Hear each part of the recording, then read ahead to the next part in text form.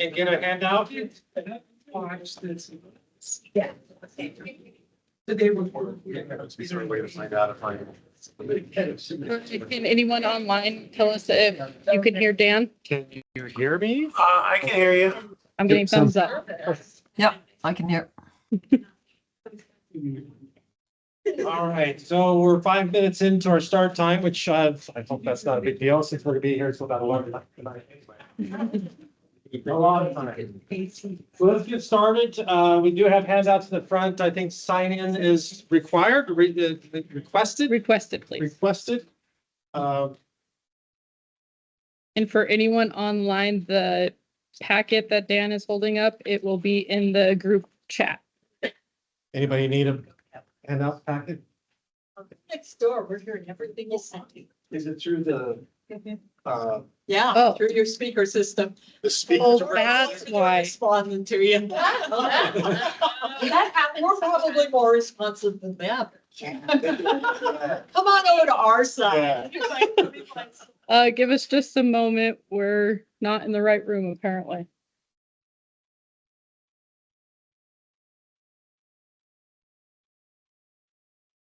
You didn't say anything highly confidential.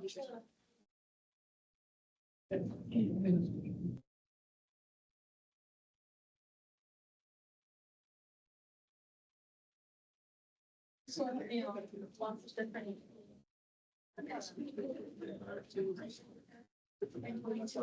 Yes, here.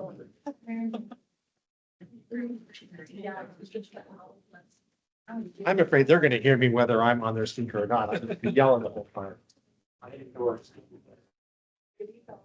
All right, we'll figure this out. I'll try to stand next to this snowball. I think that's what's picking up my voice, for the online folks. So we'll get started. I'll start by introducing myself and why we're here. I guess this is the, I don't know, what do you call it, a board, public board training? Yes. So those of you that are serving on a public board, which means you're either appointed by an elected official or you are an elected official yourself. So some boards in Montana, they're elected and some are appointed by a county commission or a city council. We're going to provide training for those of you that are serving in public boards. My name is Dan Clark. I'm the director of the Montana State University Local Government Center. We're part of the Extension Service. And we serve the state of Montana, helping build the capacities of local governments. We do that through technical assistance, research, and training. So we spend a lot of time providing training around the state to folks like yourselves that are providing a public service. And we train a lot of locally elected officials like the city council, the mayors, county commissions, and all the row officers that serve in the county. So today, the way I like to do my training is rather than rolling into town with the PowerPoint, to me, a PowerPoint says that I know what you want to talk about, what you want to learn. So I'm going to predetermine that in a bunch of slides. I don't do that, and you're welcome. How I do these trainings is you tell me what you want to cover. I don't know if you're required to be here or not, but you're spending a Tuesday afternoon at the public library in Missoula, hanging out with us local government nerds. You want to learn something. You gotta have some reason why you're here. So what we will do is I'll ask, what is it you want to talk about? And then we'll make a list of those things you want to cover, and that will serve as our agenda. And we have a packet of handouts that should cover basically everything that might be found within the scope of your service. And when we get to our list, we'll be done, or we'll be done at, what did I say, 11? Yeah, you said 11. What did the note say? 5:30. 5:30? We'll be done at 5:30. Yeah. So all you're thinking about, what is the issues, topics, questions you might want to have answered while we're here? I want to do a quick survey of who's in the room. That'll help me kind of tailor the comments and the training to your needs.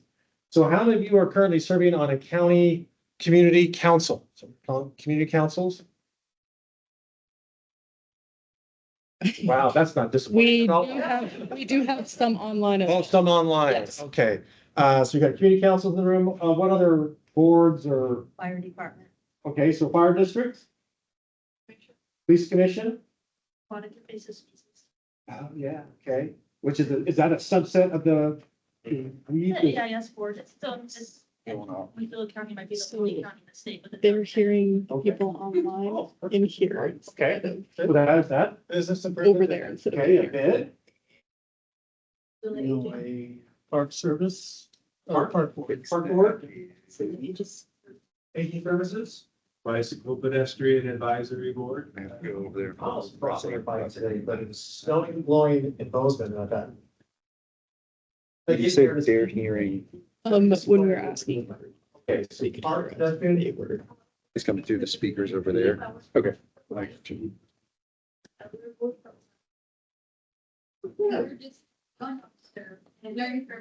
Oh, God. Okay, that's a lot of pressure on me, isn't it? Well, welcome. I'm glad to have you here. online, we have elections boards, sewer boards, and food policy boards. Okay. And good. Open Any other Lands boards Committee. that wanna out themselves? Space, Open Space Board? Okay. City County Citizens Advisory Board, Okay. County citizen.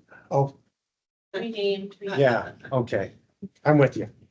Yep, I'm with you. Okay, well, good. All right, so I kind of get a sense of who's in the room. I'll pick on some of you just because it's gonna be fun. So what does it want to cover today? What are some of the issues, topics that you want to make sure we cover? Yes, The specific choreography of a board meeting, both the requirements and recommendations. okay. Oh, gosh. So we'll put meeting, we'll put meeting stuff. How about that? Fancy way, but yeah, we'll talk all things meetings. And if we're not covering enough towards the end, we'll get drill in specifically what else we want to cover. We'll put in on. So meetings, we'll talk about open meetings, we'll talk about agendas. What are the 6 things that are required legally to have that must be met? And that's 6 things that must be met to have a legal meeting. You can have a meeting. But may not be legal. We want to talk about that. We want to make sure you're in line and on the straight. Online, they said Robert's Rules of Order and lack of following it, Oh, as well as annexation impact fees for sewer district that doesn't have a system yet.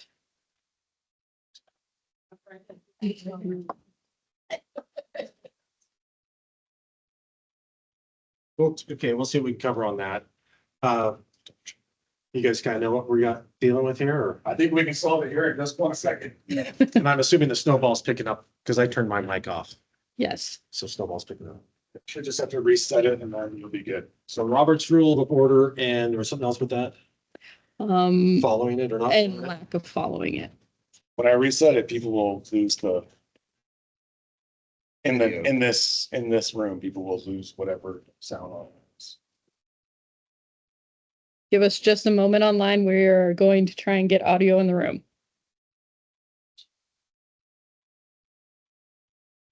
Reboot. Okay, what else? Rules for like, how many people are in the forum on board or Okay.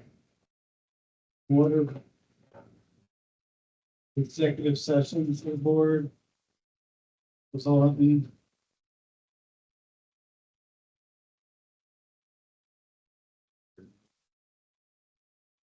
Okay, executive sessions, closed meetings, so you intermediate the first time. okay, yep.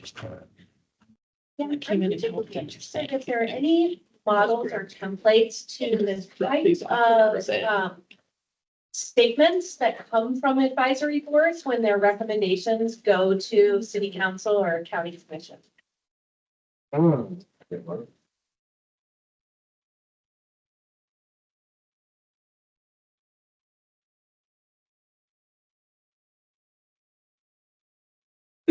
my writing and lack thereof really annoys some people, so it's gonna be like that all day, but yeah, so recommendations from advisory, well, yeah. Yeah. Okay, we'll chat on that. Limits on meeting outside of. Oh, yeah, let's do this in here, let's do that. We'll cover it in those 2 sections. Let's add to that conversation, electronics. email, texting, those types of things. Anything else from online? Just want- Public notification requirements for meeting minutes and agendas. And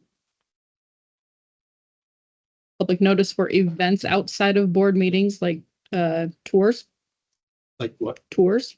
Tours? Okay. I'm thinking Bonner with Yeah. like their with their, We'll just put tours here just because I will probably forget it. Okay, good stuff. What else? I don't know if it's appropriate here, but I'm curious to understand sort of like the role of the community council in advisory to county commissioners and what they can do, what they can't do. we might need to repeat things from people further back in the room. Okay, so community council relationship. Just what the council is able to Yeah. do, like sort of get that hustle.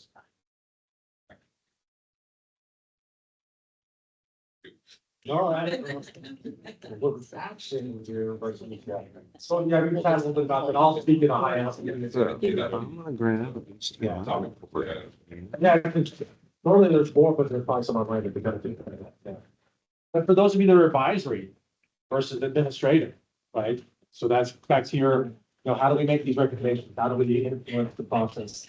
Yeah, because that's really what your role is. Okay. Last, well, and you can tell this is a very strict, structured meeting. So if it's not on here, we're not talking about it, clearly. So then your Zoom or your Microsoft Teams. These kinds of groups about digital accessibility. stuff, or is Okay, it so outside for- the scope of this? Yeah, let's do the little carrot. Speaker. Yeah, are those, county or city rules that they're putting in? It's gonna be city, the city will be subject to them, which means our board minutes and then will be what's it look like. Yeah, just learning about it right now. Okay, well, So so I wouldn't be able to speak to it very specifically, but yeah, and there's nothing in the state statute that has any sort of requirement to it, other than the feds have the ADA, It's going and then they'll come out to you and stick you with a sharp stick.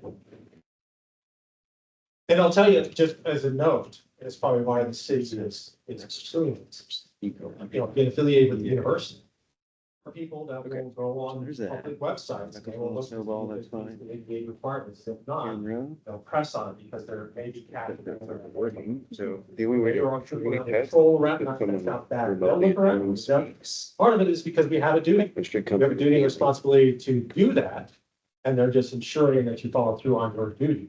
And so when you don't follow through on your duties, oftentimes there'll be consequences. So that could be big picture. Why the city's saying, hey, we gotta do this. Because it's the right thing to do, but also it's gonna create a lot of static if you don't. That's. I can't say much more than that. I was just curious what's going up at all. No, that's the first we've had that. But speaking from my experience with university. Oh, yeah, more on the.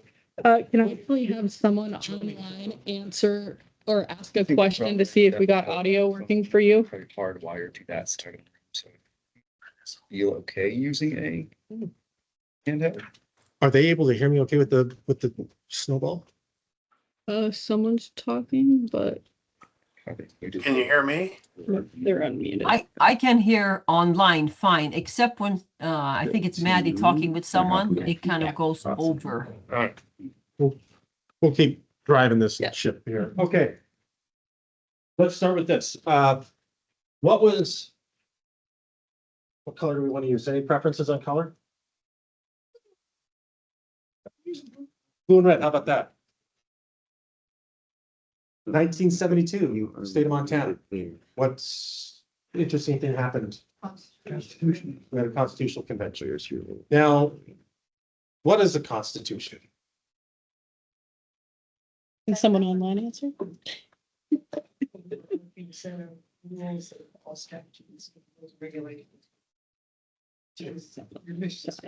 Yeah, so it's an overarching, actually, I'm gonna hold up, here's a copy of Montana's Constitution. It's 72 pages long, not very long. It's not very big, it fits in my back pocket. So it's an overarching document that describes the structure of government, how in the state of Montana we're choosing to govern ourselves. It talks about the branches of government, their powers, authority, and limitations to their power and authority, and the rights of the citizens. It replaced the Constitution that was drafted in 1889. Anyone read that? It was horrible. Lots of stuff in there. Basically, what they did, they cut and pasted big chunks out of the Pennsylvania.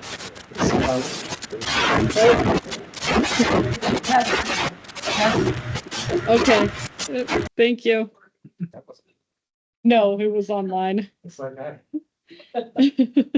found a smart bunch, but. Where was I? Pennsylvania. Pennsylvania and Illinois had big chunks of their constitution talking about railroads. I don't know why. If you look at our current constitution, doesn't even mention railroads. Yes. Had huge sections of the last one on railroads. Anyway, so we got some kind of, it took a bit of effort on the state for us to say, this isn't working for us anymore. This constitution doesn't reflect our needs as a state, and we want a new one. And so we voted to have a constitutional convention. We developed a new constitution, and it was sent out to all the people and say, hey, do you like it or not? And we ratified it in 1972, and it went into effect. So once the Constitution is adopted, who gets it next? And what do they do with it?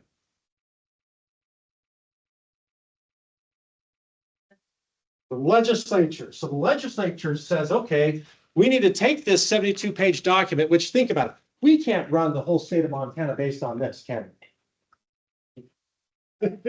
little more streamlined, wouldn't it? So we really need to figure out how are we going to operationalize this, right? When they say there are certain rights that we have as citizens, well, how do we really define those rights and put those sideboards on there? What is and what isn't consistent with those rights, for example? So that's where the legislature meets, and the legislature is going to create what we call the Montana Code Annotated, or the MCA. And that is our state law. And that takes us from a high overarching, high altitude document. And it takes it down to, say, maybe 5,000 feet. Right? It doesn't get really into the weeds so much. It just kind of says, look, specifically, it doesn't talk about sewer districts in the Constitution. Or where you have fire districts. Got a sewer district there? I think they're online. Yes. So we don't, it doesn't specifically talk about sewer districts or fire districts or evasive, aquatic invasive. It doesn't mention anything about those. But it does say that the county and the state has the ability to create these subdivisions of government where there is a public need. So it gives this overarching public need. And so then on the legislature, they're going to say, if we want these public needs, we can say, oh, we need, specific boards here, here, and here to do these common things across the state. And then we're going to give the authority to counties to say, look, when there's another need that exists in your jurisdiction, we're giving you the authority in a framework to create, like a bicycle, a pedestrian. You won't see a bicycle pedestrian thing in the MCA. That is a creation of the county. City. So the city said, we have a need for a focus on this, and we have a framework within the law to create a board that we define that has a public purpose. And so they said, here's one, open lands. What did open lands friend? Open land. Doesn't talk about that in the state statute. I think it's a creation. I don't. Yeah, it's very glossy, yeah. But even in the state statute, it doesn't address that. It's one of those things that say, hey, and it's probably in a reflection of this, the voter approved bill levies to put aside funds to buy open space. And then we need a board to guide that. So, all right, so that's making sense. Takes it down to then. All right, isn't it so exciting? We get all wound up. So just bear with me if I work through my issues. The next thing we're going to do then, as I said, if this is 30,000 feet, this takes us down about 5,000 feet. Well, to get down into the weeds, we need to create local policies.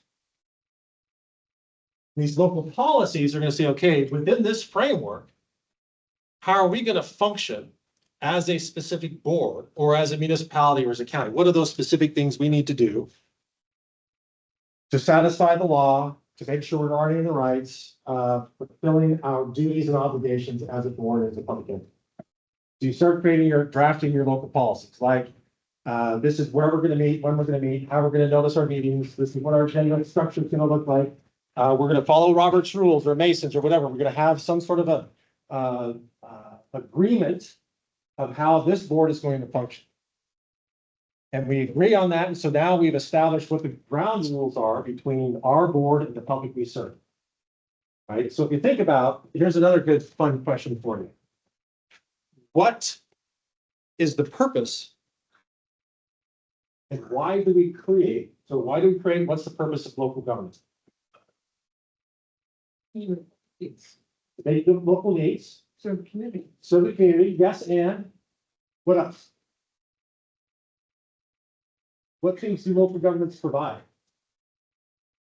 Law enforcement. Services, public safety, the fire, police, water, if it's got a pipe. then Local governments involved, so water, sewer, storm drain.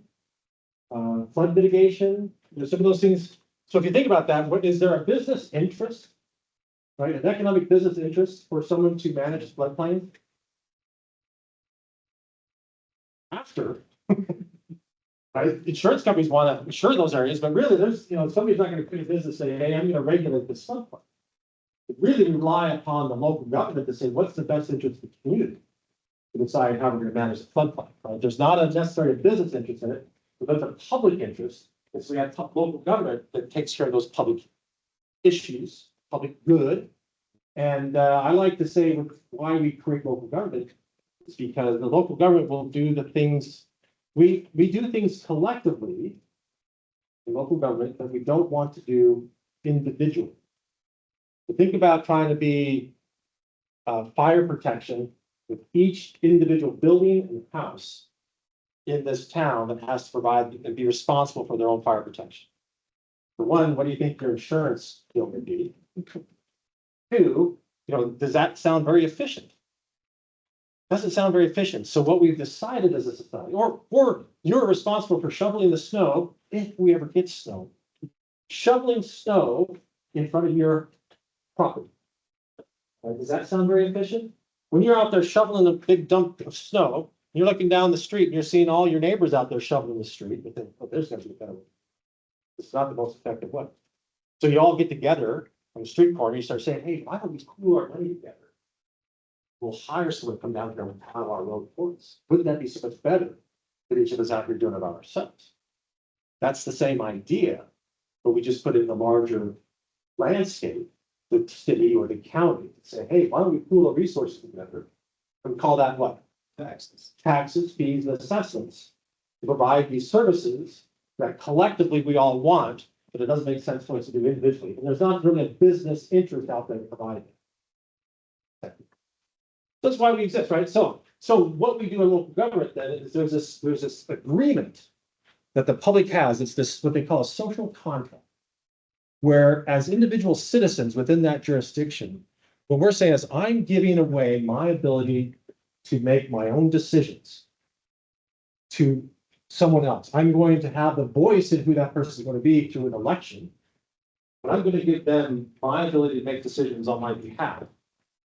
And in return, they promise back that they'll allow and ensure that I am aware of when they're meeting and to participate in that meeting and to make comments, to be able to see documents, that I have access to everything that you're doing. As you, in the role as an elected or appointed official, are facilitating this conversation for the whole community. Right? So council on aging services, right? So within that community, our interest in society around aging issues, we put together a board who's going to be deliberating and talking and making decisions about how collectively we're going to offer those services within our community. But I want to have access, be able to participate in that process. Shape. We talked about the idea about, let's talk about this, the idea of a seed. Planting a seed. The public wants to know, when are you planting the seed?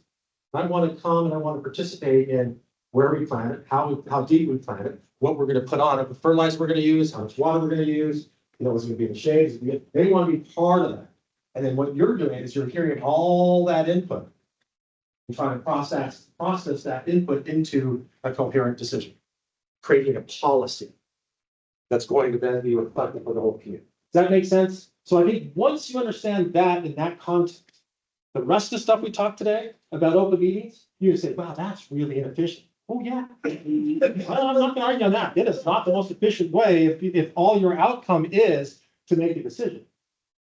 But if you're thinking about an efficient way to facilitate 60,000 voices in the city of Missoula, or 100-something thousand voices in the county, I have no idea how many in the county. I guess 100,000 something. The most efficient way to facilitate a conversation amongst that group, this is probably the most efficient way it's gonna be. Does that make sense? Okay.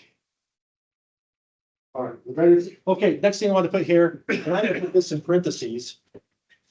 Where am I gonna put there? It's, oh.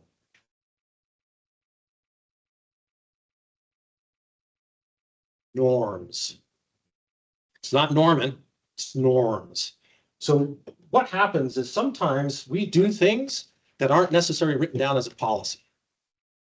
Right, so it's not kind of locked in that we've agreed to, this is what we're doing as a rule or a process, but this is just how we roll. And norms work pretty well, don't they? Norms work pretty well because we've all agreed to follow these unwritten rules. And they work pretty well until they don't, right? Until they don't. And so that sometimes forces us back to saying, okay, should we now take that norm, that thing that we've just been doing because we've all agreed on how this process should work, and it works until it doesn't work. And once it doesn't work, then you need to decide, should we make that then into a policy? So there's this relationship between the norms and the policies that sometimes this works, but I'm keen to say, and I'll often say this, is people don't govern, policies govern. People come and go. And if you have good policy, that's what's going to maintain the consistency of operations and governance within that board, regardless of who sits on those seats. That makes sense? So if you rely heavily upon the norm structure, that works until it doesn't, and then you're all, you know. Question, because I've heard from a different situation, someone say it's in the lines of the Constitution is held with duct tape. So when you say the people can come and go, but the local policies stay, would you say there's ever a caveat to that, and that if the people stop buying in to the local policies, then I mentioned earlier, the social contract. Yeah, it's a social contract that we all collectively in society have said, this is what we're gonna agree on how the rules are gonna be. And when society, enough of them says this, we're not gonna do this anymore, yeah, then it's changed. So yes, as I said earlier, local government, we'll just stick with local government because we can get down a rabbit hole really quick if we go beyond that. But local government is very elegant in the way it's structured and designed. I think there's an elegance. And because I've been dealing with this for 20 years, I'm deep into this stuff. So there's an elegance to it. But it's also fragile because it depends upon the willingness of the people to be governed. So it's fragile, but it's also resilient, which means, as we were talking earlier before we started here, I haven't, in the 20 years I've been doing this, I haven't seen where there's been a hot spot in the state that's lasted more than three years. That there becomes a dysfunction, but that dysfunction doesn't last and pervade for very long before the public, the people stand up, they get involved, they start demanding change. Well, I mean, we're going to start finding people that are going to represent our interests, facilitate this better than what's been done before, and we're going to put them in place with the hope of a better, right? And so usually we'll see this disruption, right? And then it gets figured out. And what I find interesting, the legislature just passed 2023 a statute. It's in 71207. I think it's 207, 206, or 207. It basically says if a local board, fire district board, water district board, sewer district board, food district, whatever, if they're screwing up and they're not notice their meetings, they're not, following through the law that they should be. The citizens now can sign a petition, and it's very low bar, it's like 5% of the people in that district can sign a petition, or 15 people, something like that. They can sign a petition making an allegation that you're not doing these things, you're not noticing your meetings, or you're not making the minutes available, or you're not, doing whatever. You're closing the meeting. Who asked about the closed meetings? You're closing meetings when we don't think you should be closing the meeting. Then that petition goes to the county attorney, who then looks at that petition to see if it has merit. Just because you say it doesn't mean it's true. And so because they're consulting me, it's the reason why they're consulting me. Because if the petition is found to have merit, who's mandated to go in there and provide training? I am. This is not what I want to do. They say, this train's in the station, Dan, are you on board or not? I'm like, well, okay, if we're gonna do this, I want to make sure I'm just not hearing a bitch fest. Can I say that in Missoula? Yeah. I don't want to offend anyone, but I don't want to just have a bunch of people bitching about, I just don't like, so I want to make sure that they've evaluated there's merit to the claims that the people are making. If that's the case, then we'll come in and we'll provide the training. What I find ironic, by the time that goes through that whole process and we get called to come and do the training, they've already cleared house. They've impounded a whole new group. And we come in talking, shaking the finger to the new board. It's like, what nuts? But I've also found that they're extremely eager because they say, we're part of that new way. We're part of that. This is not right. Tell me what is right. So as we move forward with this new administration, we're going to do it right. So it all works out, but I find it interesting that resilience piece. By the time we show up, the community's already fixed it. Is that making sense? Okay, this is why we're gonna be here till 11. Okay, let's get moving here. All right, so what I also want to talk about here is this other aspect, and that is when the legislature uses language that is ambiguous.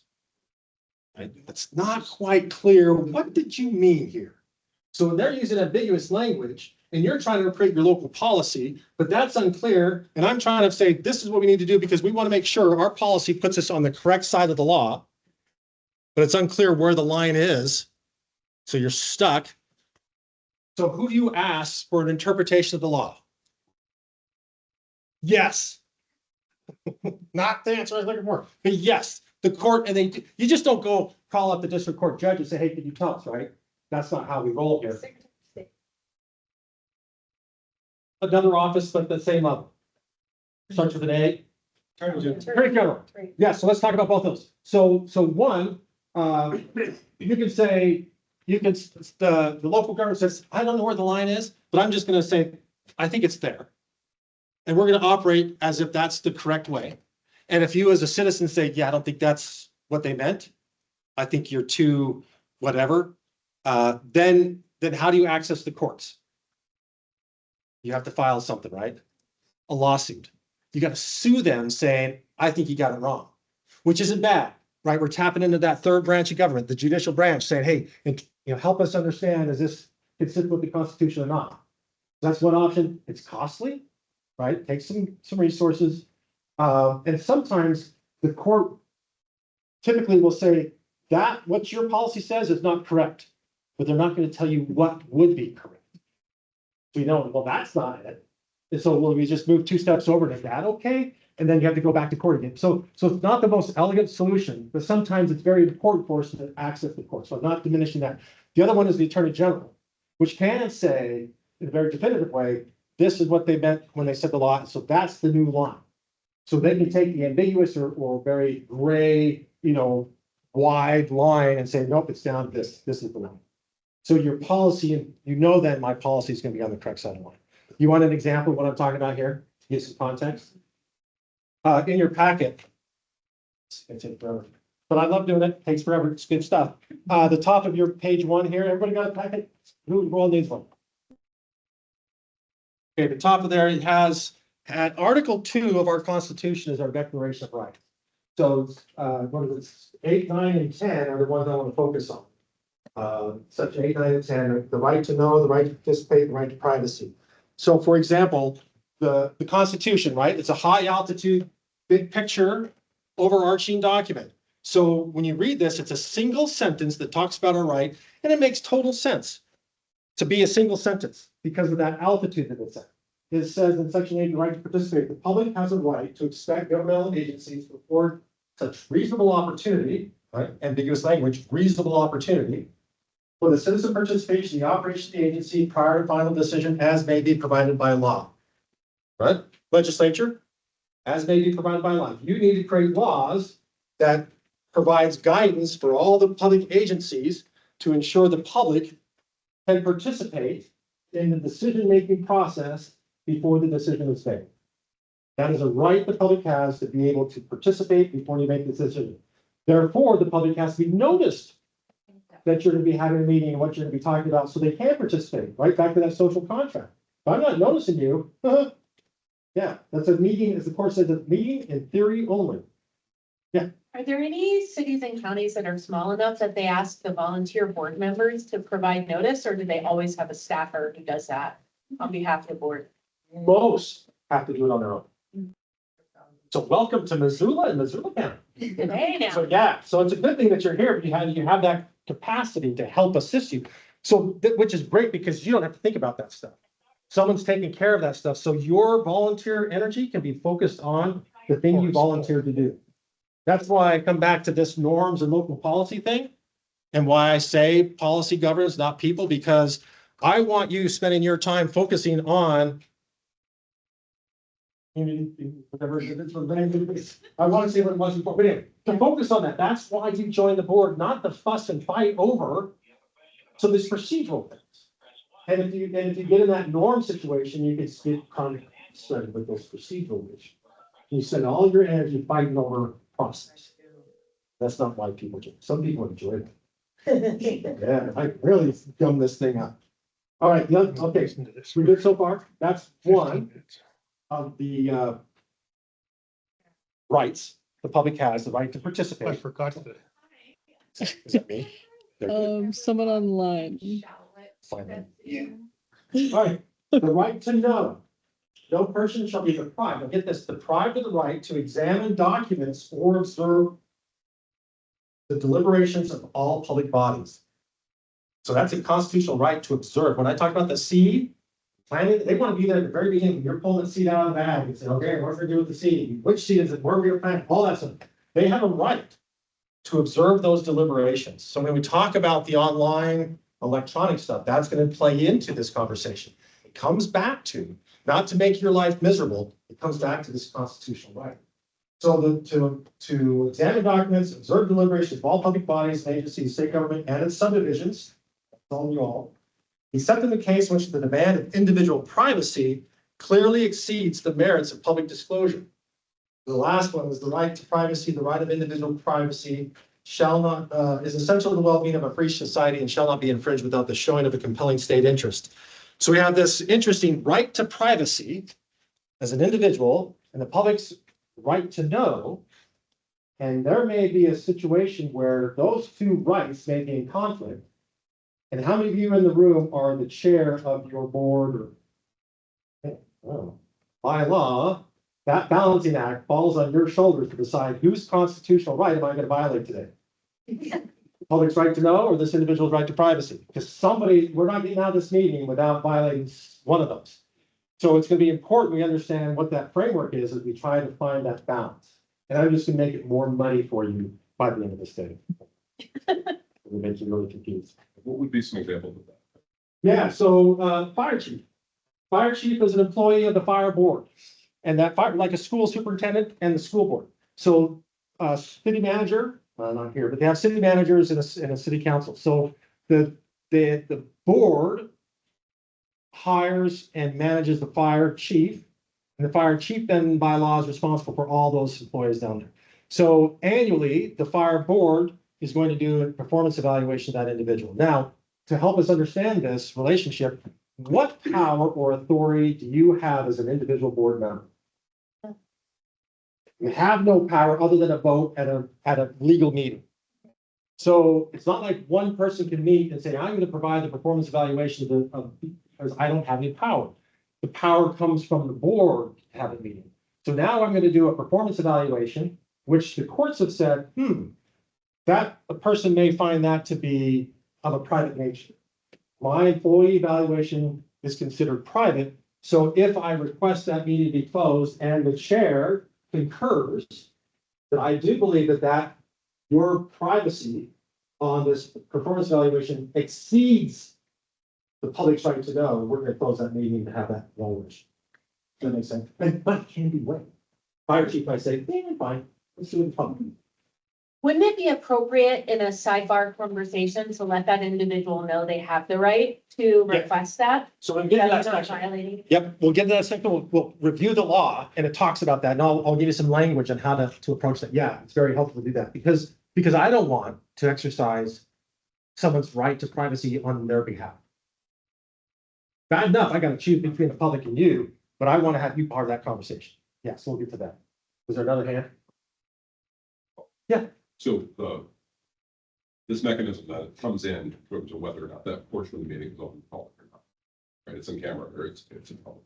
That's essentially that as the board has that the chair has that decision to make in terms of whether or not this section is open to public. Is that what we call executive session? Yes, executive session, closed meeting, yeah, and then it'll likely be reflected in the agenda of the meeting, and then we get that point and say, okay, Yep. we're gonna have an executive session, we invite the public and everybody to leave.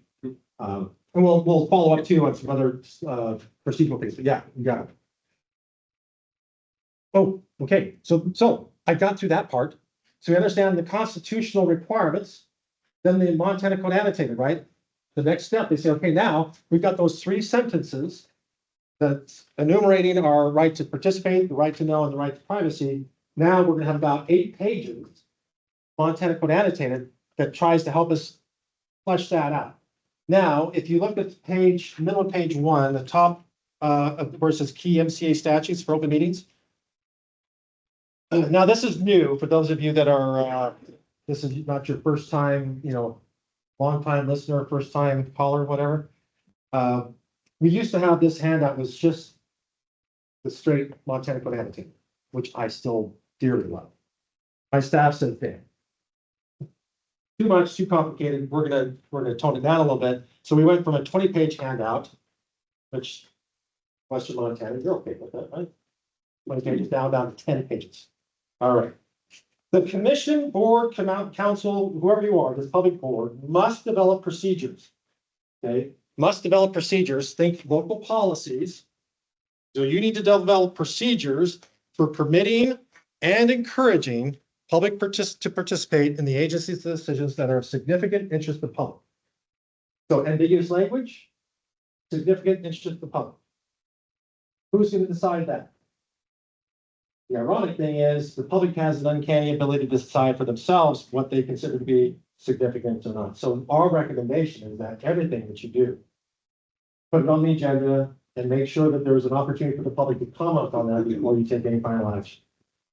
There is a large jurisdiction in the state that made a decision in a consent agenda item, made a final agency action on something contained in that consent agenda, and then allowed public comment. And an individual was commenting on the issue that they had just previously made the decision on, but they had not allowed comment on. And the individual wouldn't yield the floor.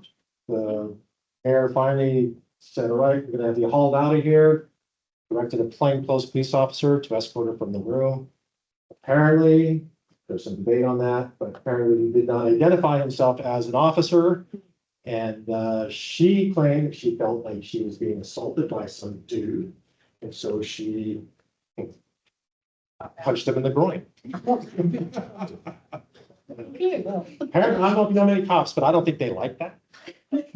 So you can imagine what happened, taken to the floor and drug out by her hair. And the other challenging thing was the guy that's running the video cameras, he could see what was gonna happen. He said, "I don't want to be a YouTube sensation tomorrow." So he went, the cameras, which when it goes to court, they call that spoliation of evidence. Oh, it just backs up. It's backed up. So the woman hires an attorney to defend her because she was disturbing the peace, resisting arrest, a couple other charges that were levied against her. And the attorney said, well, tell me what happened from the beginning. She said, well, I came to talk about this thing. They approved it in the consent agenda, then they allowed public comment on it, and she said, whoa, stop right there. You mean they made the decision, then allowed comment on it? Yes. I said, oh, that's all I need to know. So they countersued the city for violating her constitutional right to participate prior to final agency action. They had no defense to that. They prevailed in court. She won, was awarded $500,000. And they had to drop all charges because none of that would have happened had they allowed her to comment, and then she would be considered, but she was just excluded, the whole thing. So she walked out of there. So here's my strategy. Getting close to retirement, another 10 years or so. I'm buying a Sprinter van. I'm buying a subscription to every newspaper in the state. And I'm gonna find out when all y'all are having open meetings. And I'm gonna show up and I'm just gonna participate, hoping you're gonna screw up. Because if you do, I already know what it's gonna cost because you violated my constitutional right. And I'm gonna start breaking in post-retirement cash all up. So if it's $500,000 a shot, I can do that as a pro se litigant. So if you see me showing up in another 5 or 10 years with my Sprinter van, oh, you better have your act together. You're not allowed to retire. 25 years of doing this, and you still don't got it right. I own you. All right, with that, threat. All right, where are we here? Okay, Someone online is asking how often should a board standard operating procedure be reviewed and considered for revision? so the question being, how often should a board review its rules of procedure or bylaws? Our sense is whenever it needs to be correct to follow the law.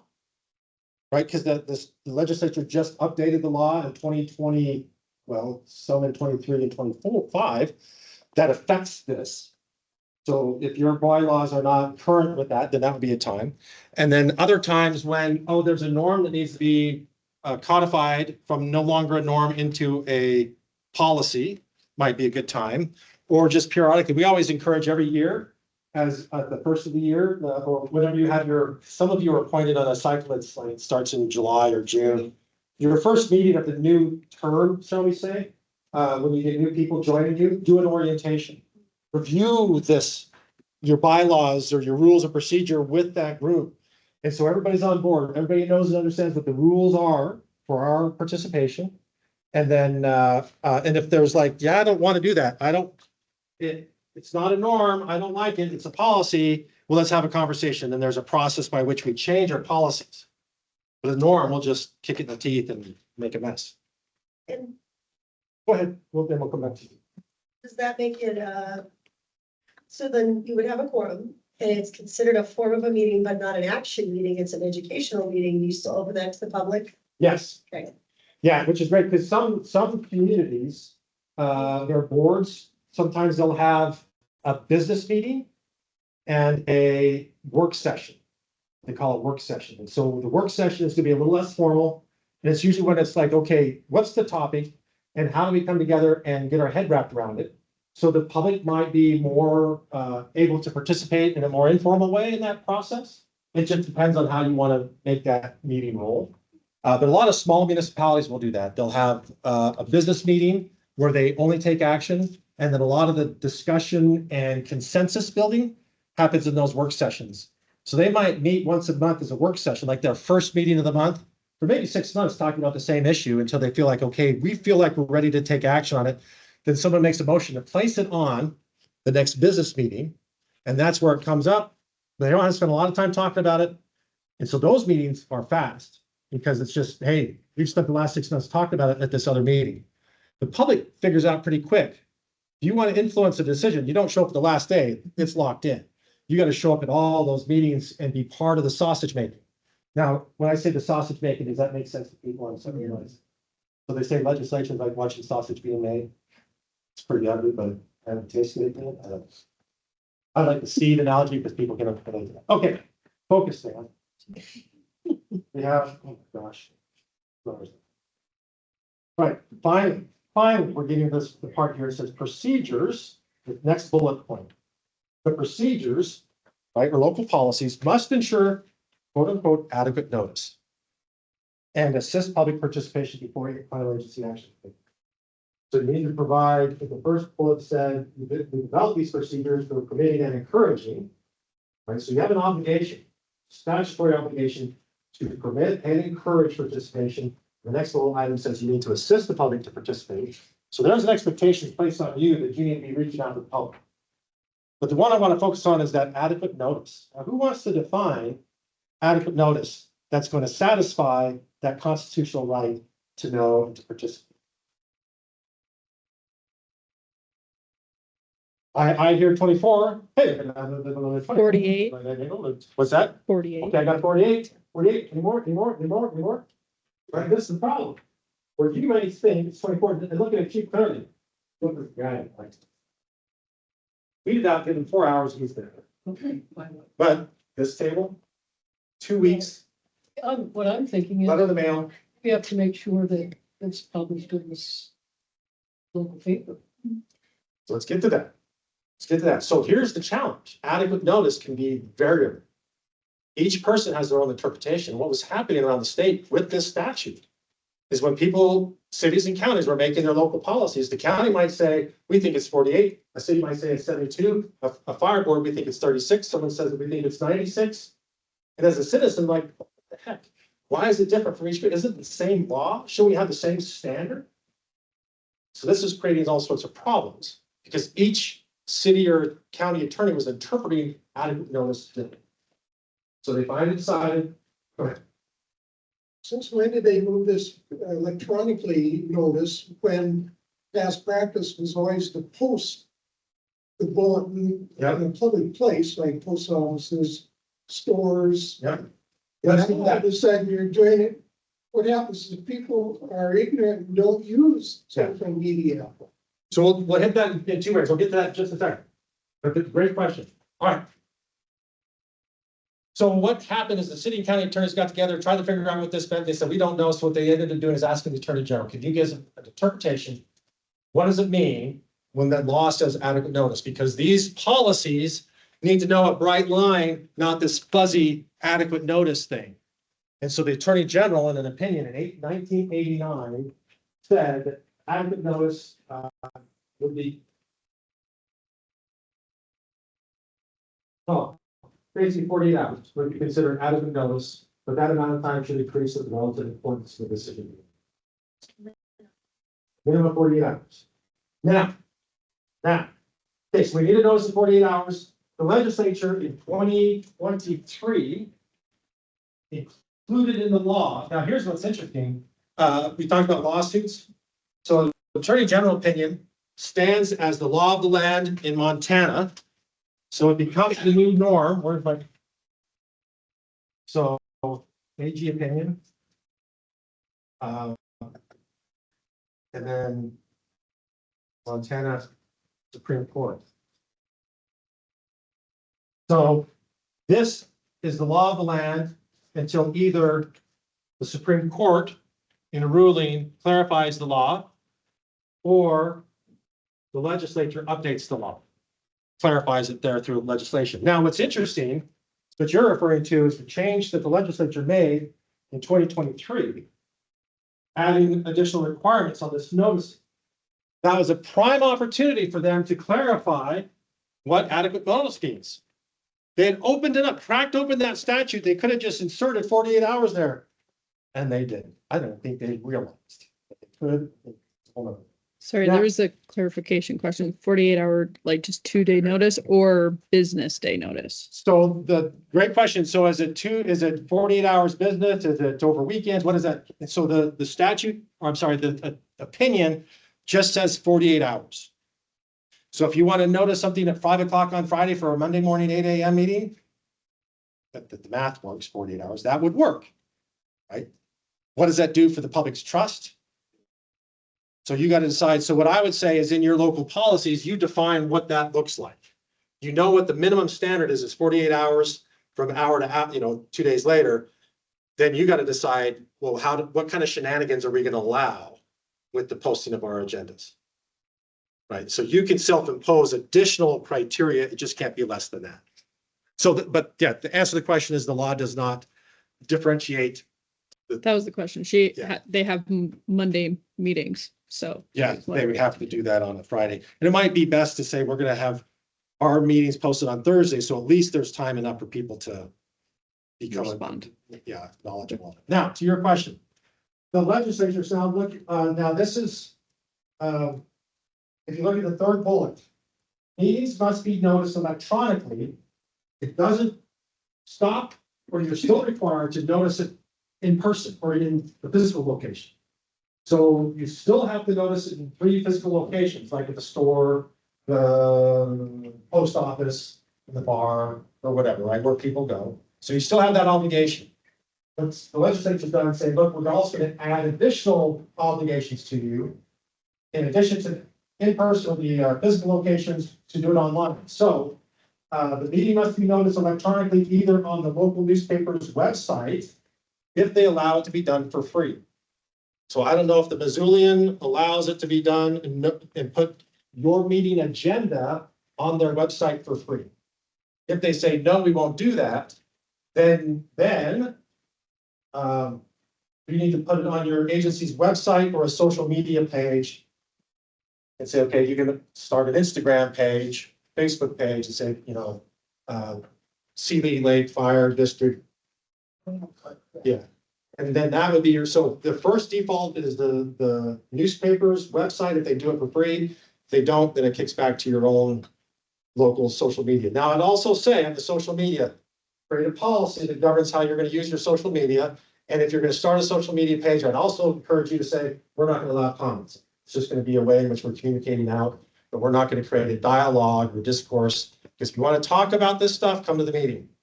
We're not gonna manage that. That's a whole other conversation. Does that help? So, because it still doesn't answer the question of people that don't use social media. Right. They But you're don't still use noticing like you all always that have before. garbage. So you still have to post it, Yes. but it's not stated on bulletin 3. And Yeah. I'm a firm believer in posting it. Yeah. So that's still an obligation. Yeah, that still has to happen. And this ain't in addition to, so they've expanded instead of shifted. So you're correct. So you still need to do both now. They just added more of a burden on you. That's what my clarification. Yes, more of a burden, yeah. What is the current process of notification for Yolo County? Oh,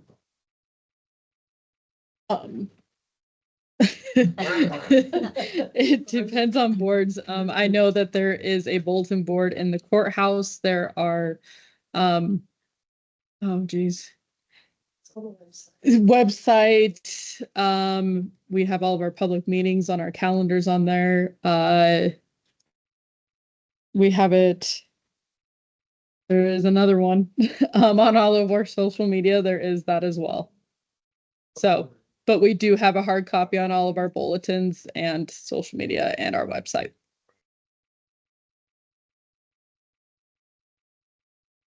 He's on the Planning Zoning Commission. So do they just email that, their agenda to It somebody? is on our county website, yes. And then make sure it gets posted? Yes. Our communications team is really good about posting. These are the steps. So they will host it on, which is another good thing. And here's a funny thing. I was doing this up in Lincoln County, up in the Yak. They don't have cell service. So their fire district's like, our district, no one even has the internet. But the law doesn't allow for that. And so they worked out a deal with the county. They said, look, what we'll do is we'll send our noticing, I don't know if they've. They're gonna send it to the county, and the county's gonna host it on the county's website on behalf of the fire district board, which no one up there gets internet anyway. They're trying to figure out how to check the box, so that if something bad happens, at least they can say, hey, look, if someone sues because trying to say, we don't like what you did, and we're gonna only look at the procedure that you followed and find a mistake there, at least they can say, hey, we did every attempt to ensure that the law was followed. Here's the thing, another thing to think about, as I look at the clock, things that needs to slow down.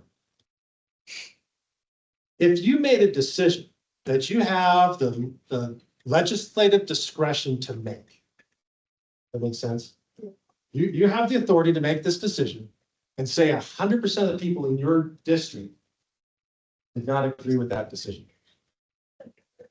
And they sue, well, they can't sue you because they don't like the decision. But what's the judge going to say? Are they gonna side with the people, 100% of the people that didn't like the decision? Or are they gonna side with the board? Side with the board. Right back to that social contract, I've given you the ability to make decisions on my behalf. So they don't sell them. And I think because most attorneys would say this is a fool's errand, we're not gonna sue them on the decision that was made, but we're gonna look at is every single procedural thing that you did leading up to that decision.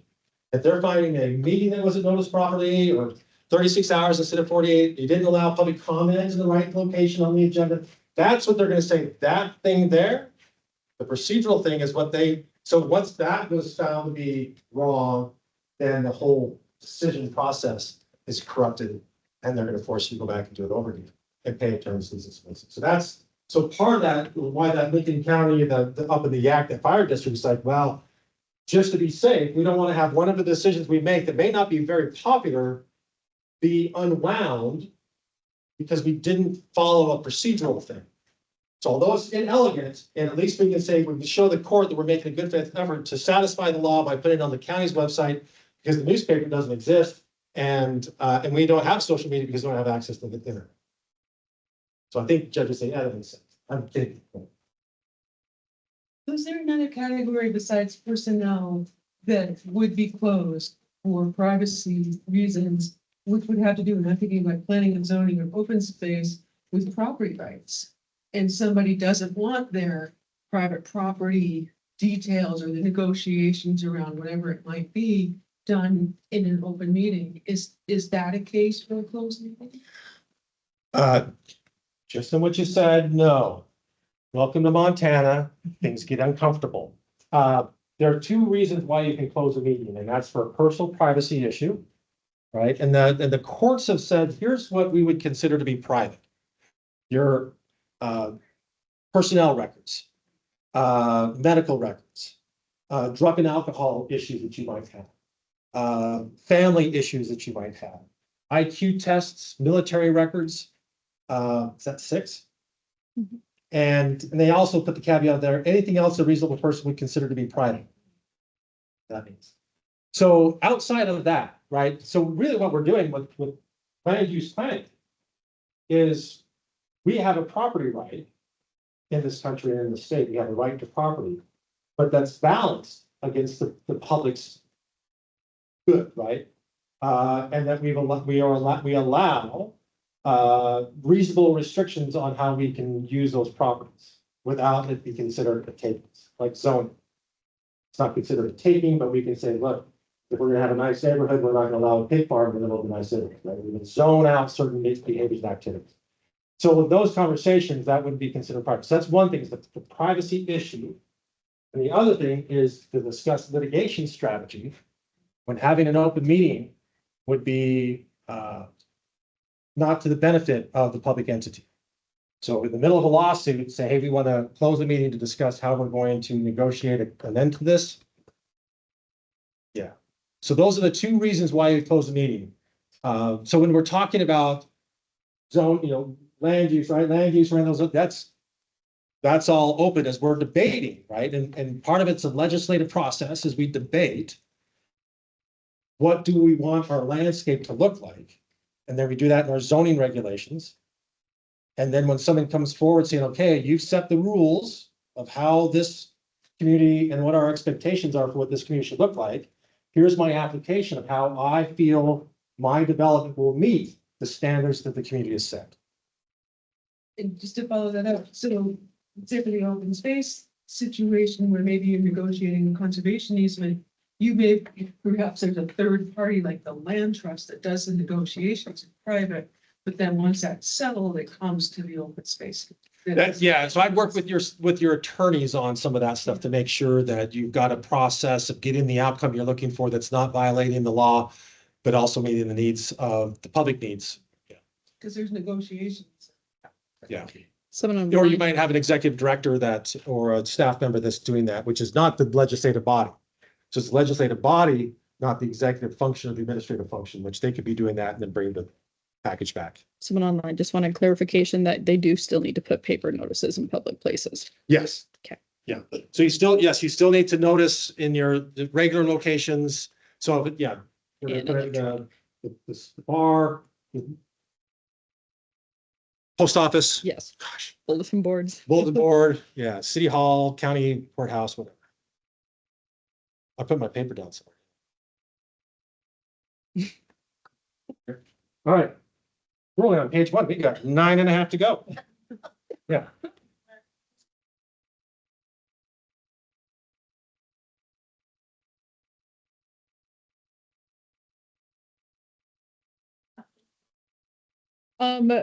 Our communications team would be best to reach out to on that aspect. Because you said you were part of food policy or aquatic invasive.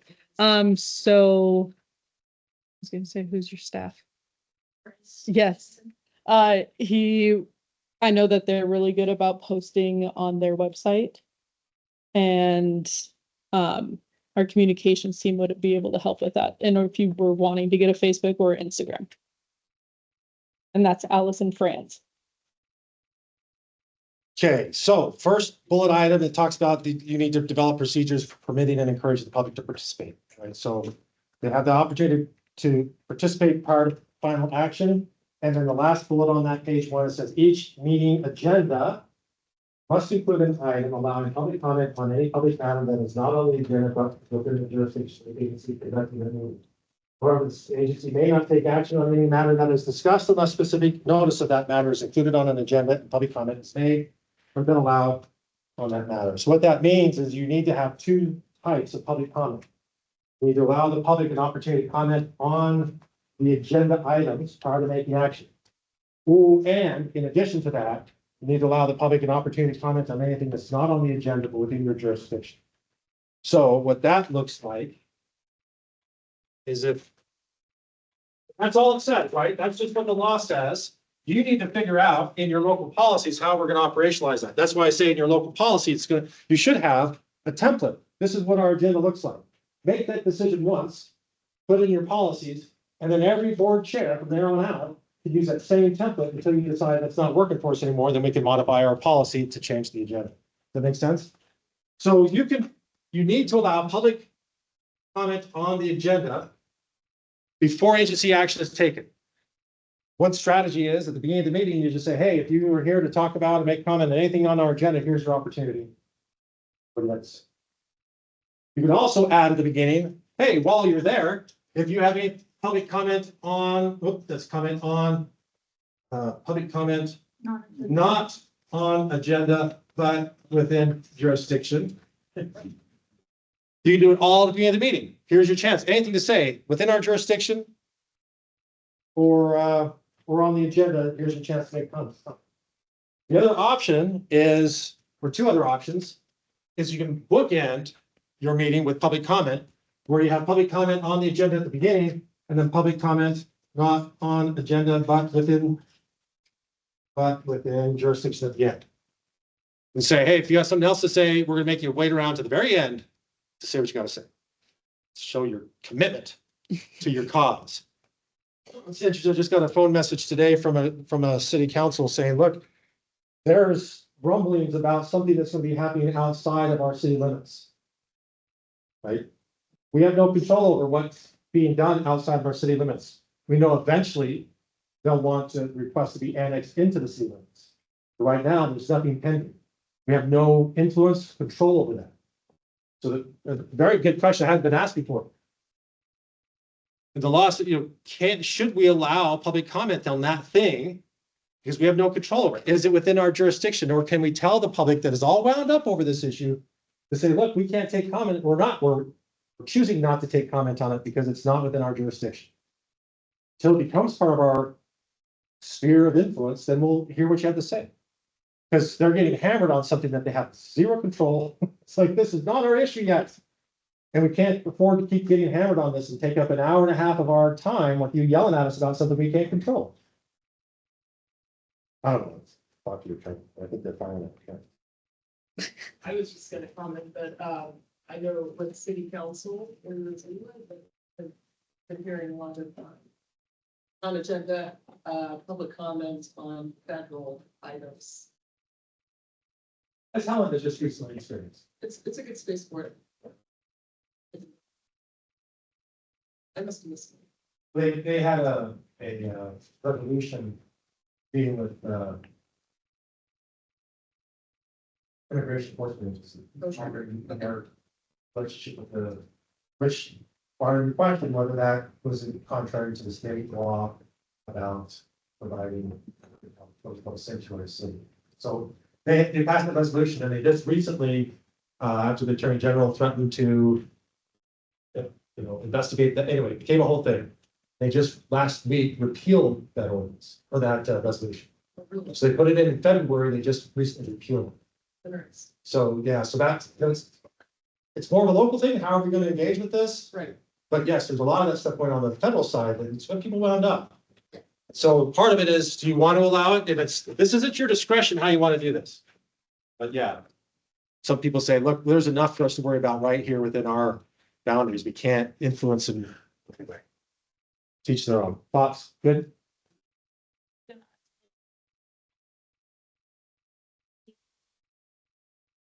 There, would it be appropriate to invite a person who is relevant to that and create a space for that, or would that be then making it your board of council's problem per se? Yeah, now, those are always good questions to have, right? And when you think about the amount of energy you have, volunteer energy, yeah, those are things you got to figure out on the local level. What are we really to do and entertain if I don't have so much volunteer energy? All right. Busy, not good for kind of wet the whistle. All right, we want to talk now. Let's gonna pick on fire districts. Everybody okay with picking on fire districts? We have a few online as well. Oh, fabulous. Outline, folks. As I mentioned, the other option is to provide public comment with each agenda item, right? So, if that's the case, whatever you do, I'm indifferent. I'm agnostic about it. Some people really like having that public comment with each agenda item. It allows focus. It allows the board in order to direct the energy of the community around each issue. And sometimes, and I don't think it happens anywhere in Missoula County and Missoula City or, with you folks, I'm sure it doesn't happen here, but in other jurisdictions, people get on Facebook and make stuff up. I know. It just happens out there in Wonderland, not here. But sometimes things get made up. And for whatever reason, the public will put credibility in that made up stuff online. And they show up at your meeting because they believe something they heard online about your next meeting and the crazy thing you're gonna do.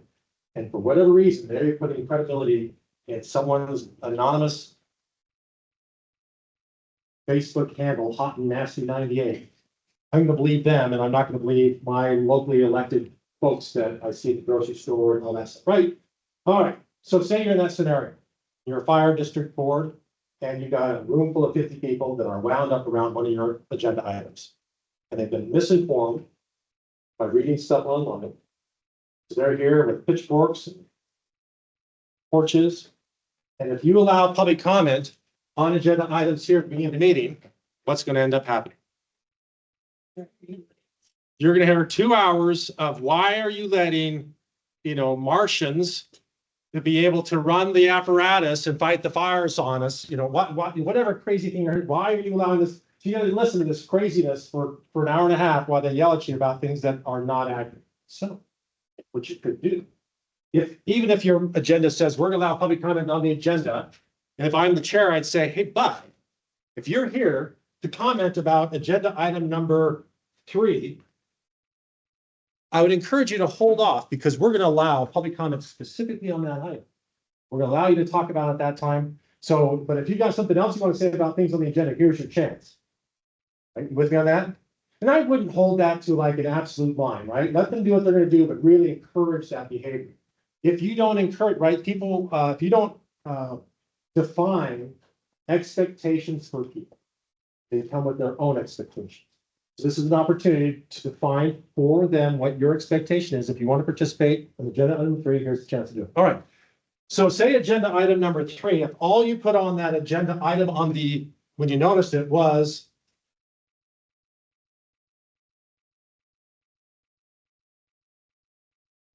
fire truck. Now, as a member of that district, do you feel adequately noticed about what the fire district board is going to do when on their agenda it just says fire truck? Nope. Okay, so. Fire truck would probably not be sufficient for notice to the public what we're talking about, because the public wants to know what it is you're making decisions on their behalf. All right, but if it said on the agenda, and I'm just gonna scribble it out, purchase of a 2013 2.5 ton international pumper truck for $107,000. 200, so. So 200, that's what it is now? 3. $207,000. Yeah, all right, so it's very expensive, Right there. very expensive. So if that's what it says on your agenda, that's posted on the internet, that's posted on your website, that's posted in the 3 locations in town, do you think the public now is adequately noticed? Rather than fire truck, right? So that, and what's also interesting is it's also written in the form of what? Yeah, a motion, right? So it's written in the form of a motion, so that board, when they say, hey, and the public knows what direction you're heading in. Right? We're anticipating taking action on this. And so there's no mystery what's on the table. And it's easy for a board member to either repeat that language that's written on the agenda, or if they want to modify it, they can, but they've got a starting point. Okay, now, this is written out on the agenda, room full of people. What I would recommend your flow of dispatching these types of action items would be first to have an informational presentation. And in this case, it would be the fire chief. Fire chief, could you please give us the story? What's bringing us here to this decision point? And the chief will say, great, thank you. I want to tell you this pumper truck that we're proposing that we purchase. This is replacing that old 1978 pumper truck that's been parked out behind the barn for the last 2 years. It's frozen up and, it's just not good for scrap. We've been working on this. This has been part of our capital improvement plan for the last 8 years. We've been, every pancake breakfast we've had the last 5 years has been geared towards the fund to purchase this. We put it into our budget this year that we adopted back last whatever to fund this. We have a loan from Intercap, an Intercap loan on this. We got 2 grants from blah, blah, blah. You're telling the story. Now, what's going to happen if you've got a whole room full of people that are ticked off because they read something online about this purchase of the fire truck, and they're all angry with you, and now you have the fire chief up there explaining that, wow, you guys sound like adults. You sound like you got your act together. It sounds like this has been in the works for a long time. It sounds like this has been on, all of those pancake breakfasts I've been coming to. Oh, that's right. That's what I was paying those nasty pancakes or fantastic pancakes was to help fund this pumper truck. That's a part of me then, right? So the temperature in the room, what do you think is going to be happening to? Start going down, right? Why is it going down? Good information. You're in a battle for credibility. The reason why they're there is they read something crappy online and they put more credibility into that unnamed source than with you. So you got to earn that credibility back. So now you're in that fight for credibility. So this informational presentation is going to really do a lot to help people understand the scope and breadth, the why, the how, that this has been a discussion within the fire district for months, if not years, that's gotten to this point. So it's not like, hopefully, oh my gosh, can I take a sidebar and tell another story? I got a call from a county. County commission was thinking, we want to just disband our health department and we'll contract with one of those organizations that provide public health service. They had that thought this day. 24 hours later, it was the health board meeting. Now, do you think that's of significant interest to the public? Now, they asked the attorney, said, well, can we do that with the 24-hour notice? He said, well, I don't know why not. The law just says adequate notice. I feel that that's adequate, 24 hours notice. What are you talking about? Oh, all right. The other issue is that's a big deal. And that shouldn't be just showing up on the agenda just out of the blue.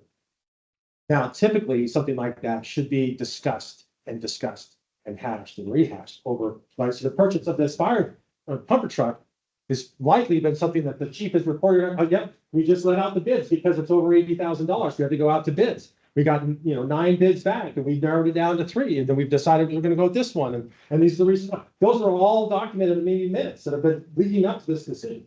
So it's not like it's coming out of the blue. So that's why the Attorney General said 48 hours would be considered adequate notice, but that amount of time should increase with the relative importance of the decision being made.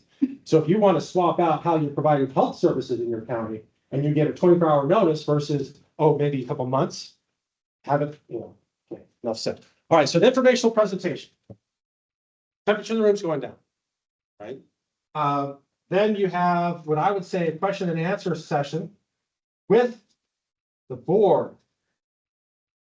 This is where the board is asking questions of the expert, whether it's an engineer, whoever it is, whoever that expert is.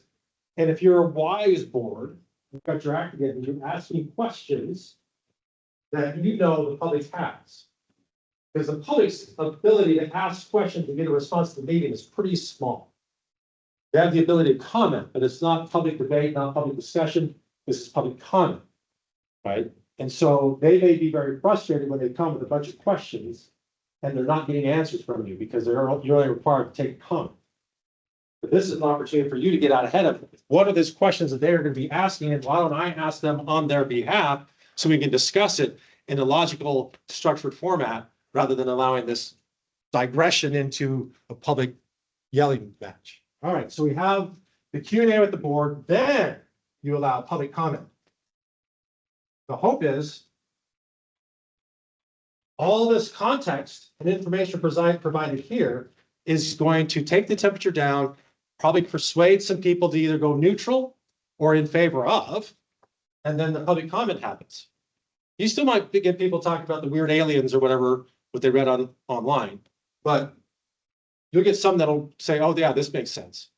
And I'm in favor of this. I think it's a good plan. It sounds like you guys have studied this out, and I appreciate the good work that you're doing and the thought that you put into this, looking out for us in our community. So you have the public comment, and then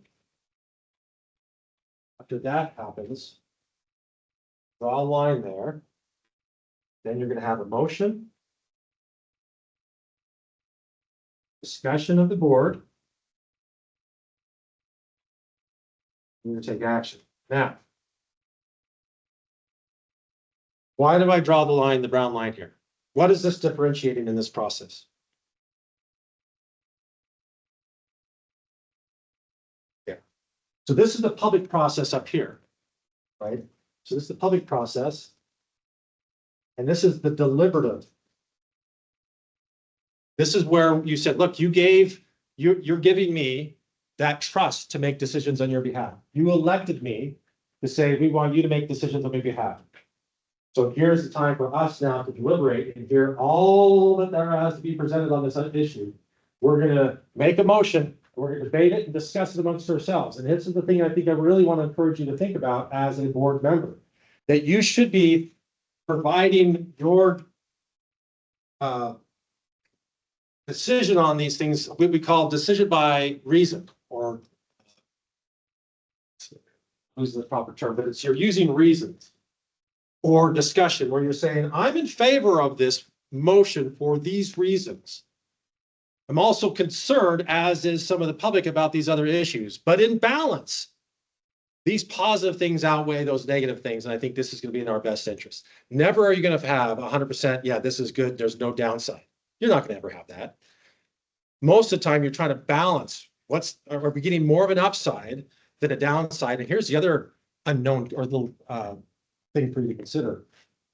Half the time, it's all an experiment. We don't know.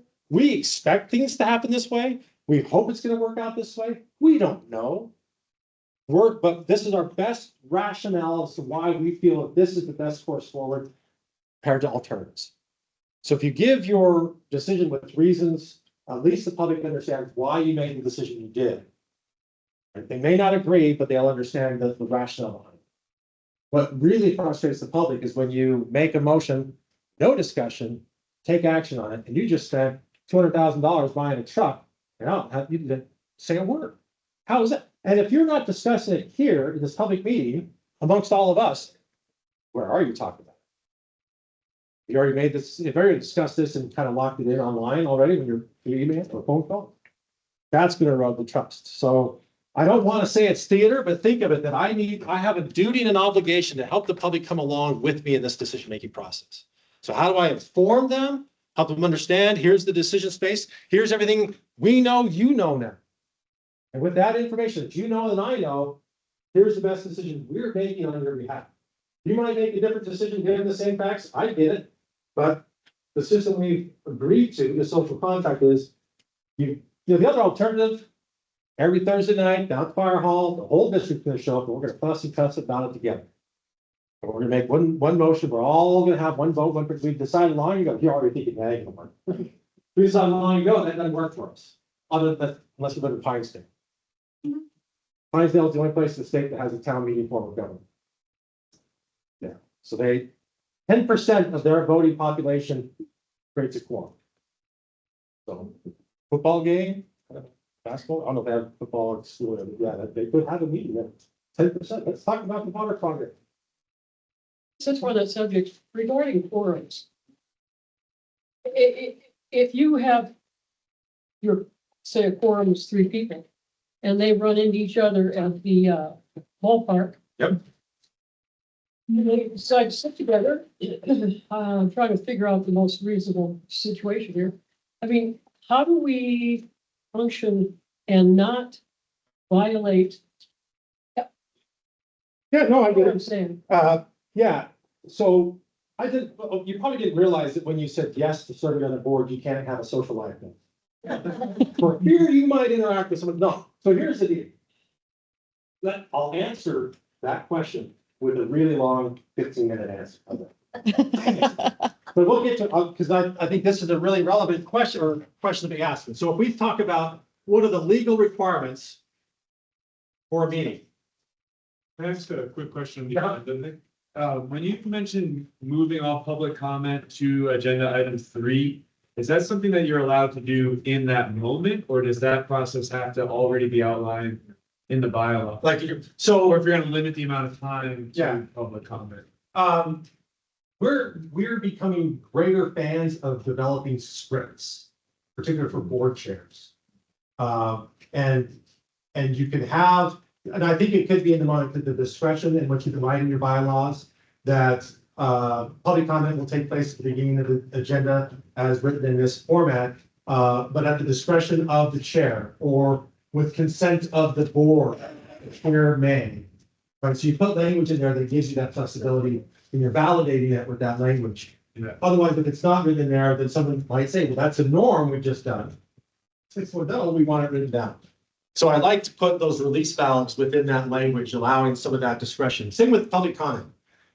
Public comment, we're gonna get to your answer. Trust me, it'll happen. She isn't going anyplace. Yeah. Public comment, right, can we limit the amount of time people can make comment? So right now, there's nothing in the law that says we can or can't. Right now, we are.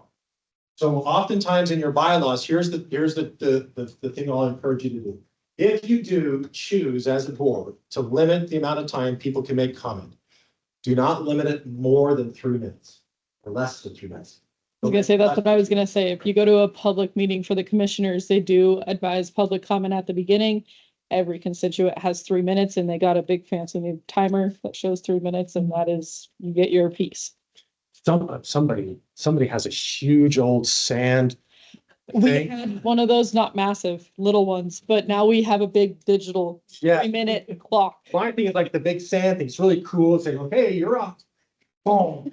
Problem is if somebody only takes a minute, then you gotta wait there for 3 minutes or 2 minutes for it to empty out. So you can go on Amazon and you can buy an electronic hourglass timer, but it shows, it shows, the little LED lights going down, and then it beeps when you're done. And then you just hit it again. So those are handy little things to have so it's applied consistently, uniformly. We're not, if you're just relying upon your own watch, I might like what they're saying. I don't know. This is good. That's reinforcing what I want. So I'm gonna allow that to go a little bit. Oh, I'm sorry, that was 4 minutes. And the next person, I'm gonna hold them to 3. Then you're being arbitrary about the application law. Can't remember the question, so I'm answering that. Got it. Got it? Oh, yeah, so 3 minutes, no less than 3.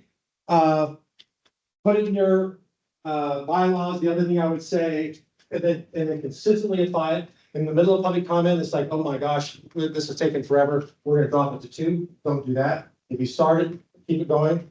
Sometimes no one shows up at your meetings, then one person shows up.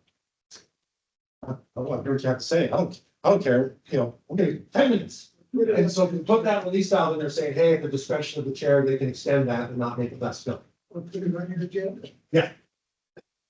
So the script, the idea of the script, I like writing it on your agenda. So on the back of your agenda, have your ground rules saying, all of our meetings are open to the public. We encourage public comment. They all take place at these times. And then having a script for the chair to read it saying, hey, welcome, we're glad you're here. Thanks for participating. And just go through a script and help define for them what to expect in the meeting. Because some people, speaking in public, it's not their jam. I hate it. It's the worst. I'm nervous. Can you tell? Butterfly. But some people don't do it very well. And so it's really, it's a big deal for them to get up. And it takes a lot out of them to get up there in that public comment, particularly like at Missoula City where it's on film and it's being broadcast and all their friends and neighbors can watch. Being recorded so they can see that. So just be aware that some people may be challenged with that. So the more you can explain to them and help them understand and so they're clear about when you're going to participate, what you want them to do in their participation, it really alleviates some of that anxiety. All right, so when we had issues, Uh-huh. some people would not talk and then they would give their 3 minutes to another person. Oh, That's- yeah, you can't, can't do that. Yeah, so and put that in your minutes too. Maybe make that in your dialogue that you cannot, I yield the floor to the good sir, no, because then someone's gonna mass it 20 minutes. No, that's not.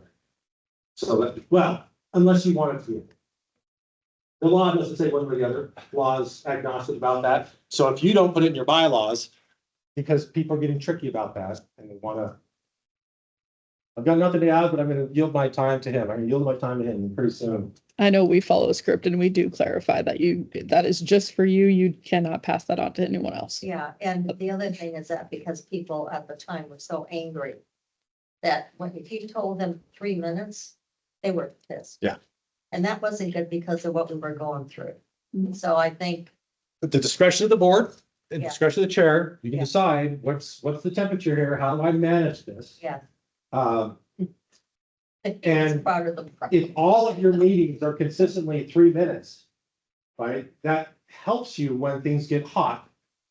That you're saying, we're doing the same thing, right or wrong, if there is a legitimacy or at least a rationale to why we're continuing to do it the same way. That does not preclude you the ability, the flexibility to say, hey, we're gonna modify it. Because at the end of the day, what I like to say is I want a good decision. If it's gonna take a little bit more time to get everybody, and I want the decision to be somewhat acceptable within the community. So how do we get to that point? And I can hide behind the rigidity of the process, or I can say the process is the guideline. How do we, as a board, decide to manage this in a way that we're gonna have people feel like they've been heard? We can make a decision that's beyond reproach. It's not gonna be challenged. We got a good process, all those things in place. Yes, go. So out of curiosity, if one of the boards had a 3-minute rule, like the county commissioners do, and it starts to feel limiting. I've been in public meetings where it's 3 minutes and I've listened to excellent arguments and they've written them and they've prepared. Yep. And I would love to hear it on public record, but they hit the 3-minute mark. This does happen in Yep. our city and county. Yep. And as a person who's genuinely interested in hearing the rest of the opinion, it's a little disenfranchising sometimes. So what is the process for request if the public, maybe I'm the only one that thinks that. No, But if the public generally would like to see a longer comment period, what are the steps the public takes to request that? Prevail upon the chair prior to the meeting. Okay, The other thing we encourage to do is have a mechanism within your structure to allow written comment which already. submitted exists. ahead of time Yeah. to where they can be accessed. Yeah. Yeah. Well, here's the little known fact about, or at least what we encourage when written comment is provided ahead of time, Mhm. is that then is stable to the approved minutes at the end. So you Gotcha. get the word for word in there. Because in law, it says that you need to provide this.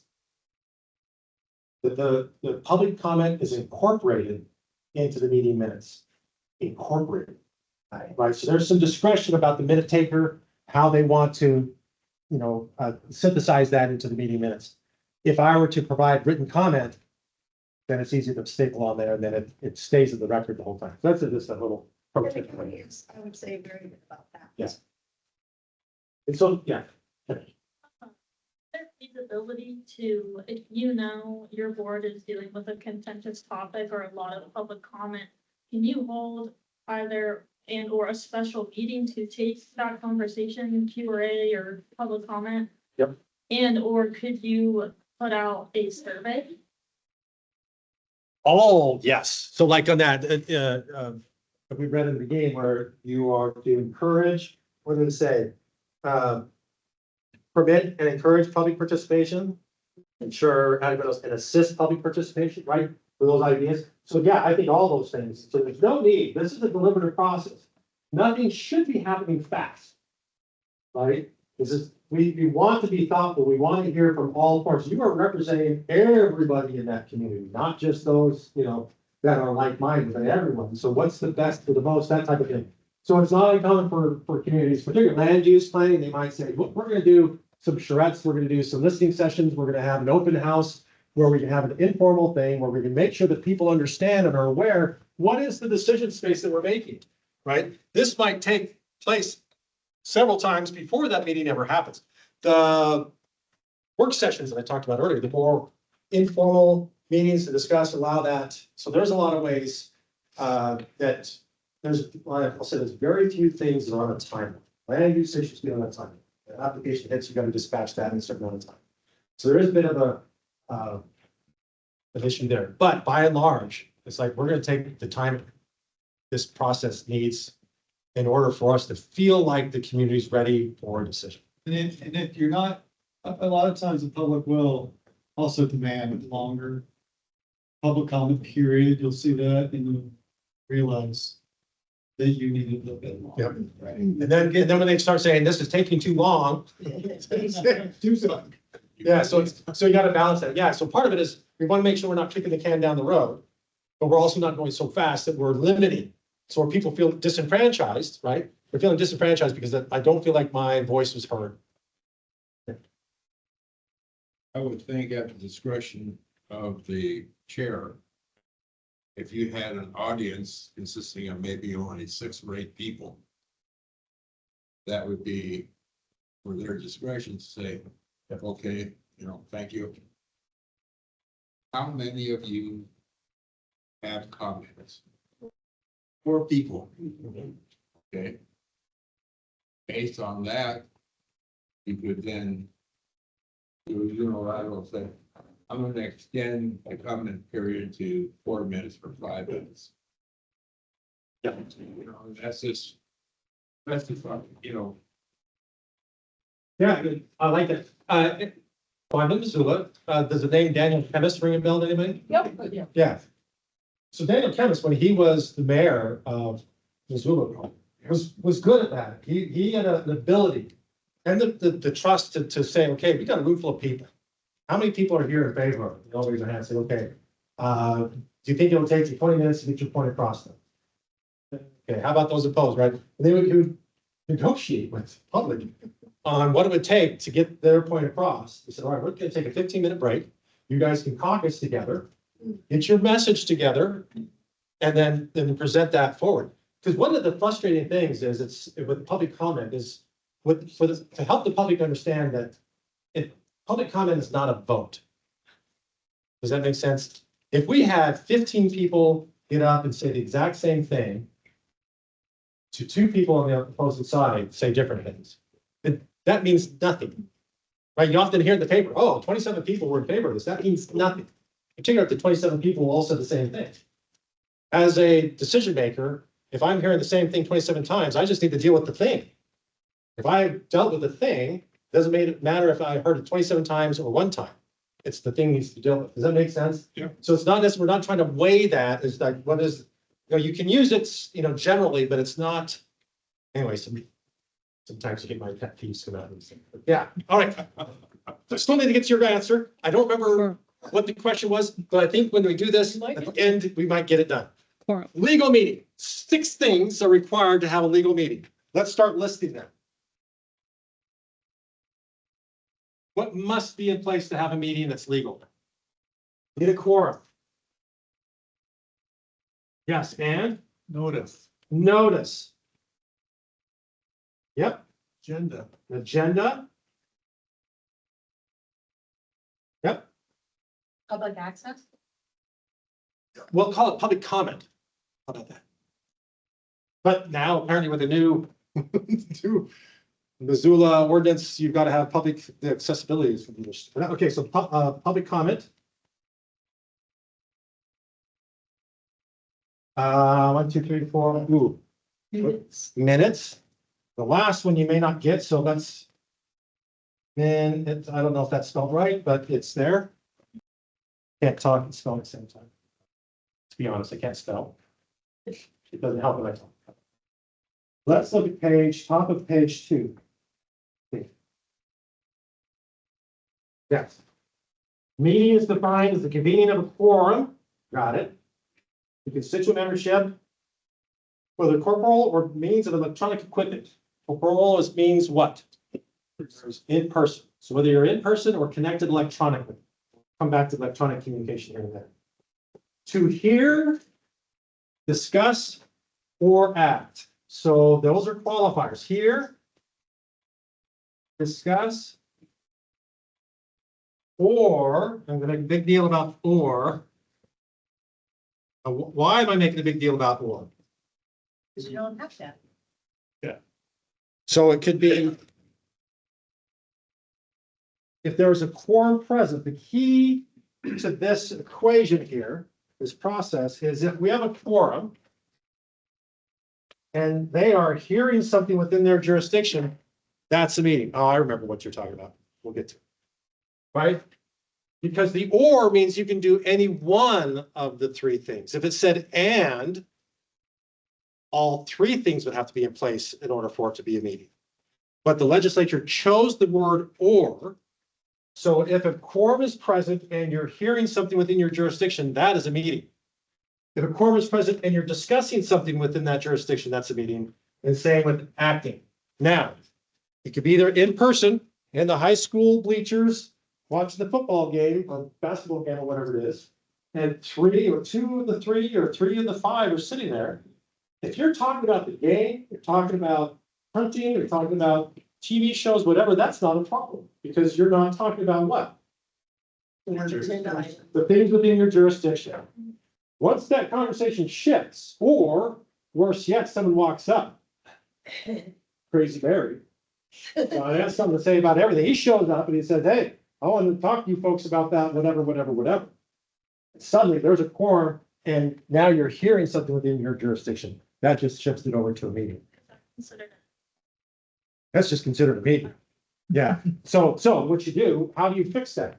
You say, go away. I gotta go to the bathroom. Yeah, you say, not it, I'm gonna go get popcorn, anybody need me, good, I'm out. And let the other 2 sit there and suffer with Larry or whatever. Larry was gonna say. Right, the quorum is golden. That is just 2 citizens talking to a 3rd citizen about a public issue. If you stay there, now it's different. Are you talking ex parte communication? Ex parte communication, so does that kind of answer your question? So what you want to do is, if you are a quorum, right, 2 of the 3 members, you're a quorum, or 3 of the 5, and you're hanging out doing something, just don't talk about public business. Problem is, the public sees you sitting up there in the corner of the bleachers, chit-chatting, what do they assume? Yeah, that you're talking about. So they're assuming, right or wrong, they're assuming. And that's gonna challenge the trust the public has with you as a board. That you're honored, and they may not be accurate, but that's the perception. So just be very careful about that. Just be thoughtful about how you behave, what's the perception, how do we maintain a high degree of trust in our board and the public we serve?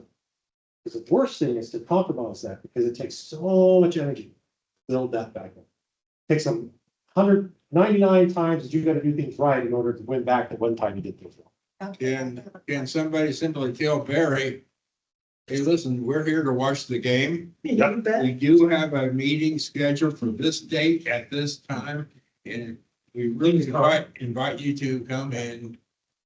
Yep. Yeah, Yes, I would encourage you to have language, particularly if these are your friends, you hang out with these folks, have language to say that, right? So that you're practiced. So when it comes up, you have an easy response that you can say. Sometimes you just get flat footed. It's like, oh, this should be happening. I don't know what to do, right? But be thinking ahead of time. He's like, hey, I'm gonna get popcorn and I'll buy something for everybody because that's happy to do that. Okay, I'll pay the $5 for popcorn and not have to deal with Larry. So if you're below quorum, and you've got 2 board members, they can discuss any topic of public conversation they wish. But if you're at quorum or above, they can't. With an asterisk. Yes, and. But say there's a 5-member board. Right. And I'm talking to you. Yeah. Great, we kind of, and then I say, I'm gonna take the results of that conversation, I'm gonna go with this next board member. And I'm gonna add to it, and add to, The game of telephone. yeah, so they call that a walking quorum. The courts don't look highly on it. In fact, that happened in one of the towns, cities in the state where. Big story, I won't tell you the whole thing, but suffice it to say, there was a lawsuit about that process. And the judge found that to be a walking quorum and removed, it was a 7-member board or council, and they removed like 4 of them. That had signed off on this letter. So it was a letter that the chair shopped around to each of them individually and they all signed it. Which means they're all deciding, right? So now we've got we've all agreed on the contents of this, all never having had a meeting, never brought it out in the public, but it's, yeah, so the mayor of that town said, oh. Can I have a copy of that? That's gonna be exhibit A in my lawsuit against the council, and he sued them, and that, yeah. They were removed from office, I think barred from that public office for like 5 years. Put in time out. How many people like to see that? Just please. Yeah. You have vacancies like. Yeah, so vacancies are an interesting thing. Vacancies, I want to differentiate a vacancy from someone who's absent. What's the difference? That if you don't have quorum, you can postpone. Yeah, so if I'm absent, I'm on vacation, the seat's full, I'm just not present. A vacancy is that seat is gone, no one's in that seat. So counting quorum, if someone's gone, the quorum still exists, right? So if one person's gone, if a 5-member board, 3 still constitutes the quorum, right? And so there might only be 4 showing up, or worse yet, it's July, 2 people are gone. We can only get 3. Now, if your bylaws say, or depending on which board you're serving on, there are certain boards, the law specifically says the majority of those seats, something like that, is required to make a decision. So if 2 of the 5 are gone, then you need to have at least 3 agree or it can pass. Whether you have 5 or 3, 3 have to agree in order for something to pass. Now, some of your boards, it does not say, it might, unless it says specifically in the bylaw or the resolution creating you, which likely is not something that they would include in a resolution creating your board. Then I would look to your bylaws. What do our bylaws say? And the question is, how much democracy do we want to have? Because if you say a majority of those present can make a decision, and you can, 3 out of 5 are required, then 2 would be a majority of 3, correct? So 2 people on a board of 5 would be making a decision. And are you okay with that? If that makes you feel a little fuzzy, then put that in the bylaws and just require majority of the board. Now, back to the question. Now, say we have someone that's not there, then we can't help you held accountable for someone that doesn't exist. So if we have 2 vacancies on a 3-member board, now we do drop down to 3, and then depending what your bylaws say, then and what the law says, that you could possibly continue meeting with a 2-3 vote because the other two people don't exist. We'll often see this like municipalities, they require by law, a municipality has to fill the vacancy within 30 days. We don't want a lot of time sitting around when we have a vacancy. We want that fully functioning, operating on behalf of the All public. right, quick question. Well, there, no, come back to you. Make sure I'm understanding. When there's a vacancy, so there's a 5 seats, 1 seat's vacant, it's now a 4% overall board, so a majority of 4. It's still gonna be 3 rackets. Right, but if the quorum would just adjust to that number, it wouldn't be 4. If in your bylaws, So, isn't that if it's in your bylaws? yeah, and then so I check and see what your bylaws say, and oftentimes if it's silent, typically it is, then you've got to use that logic, yeah. Yeah. Is it that noticeable? So this is a quick one. So during our trauma issues here, and the city got together in a meeting place to discuss what was going on in the fire department. There were like 3, the fire chief was there, the other fire chief, and a couple of the other board members. So there's probably about 3 board members. We were discussing issues that the town had. I spoke up as a resident. We didn't so then somebody said, well, somebody should have left because there was at least 3 board members. Is that correct? So what the way to get around it Yeah. in these, where you anticipate the potential of a quorum participant, like today.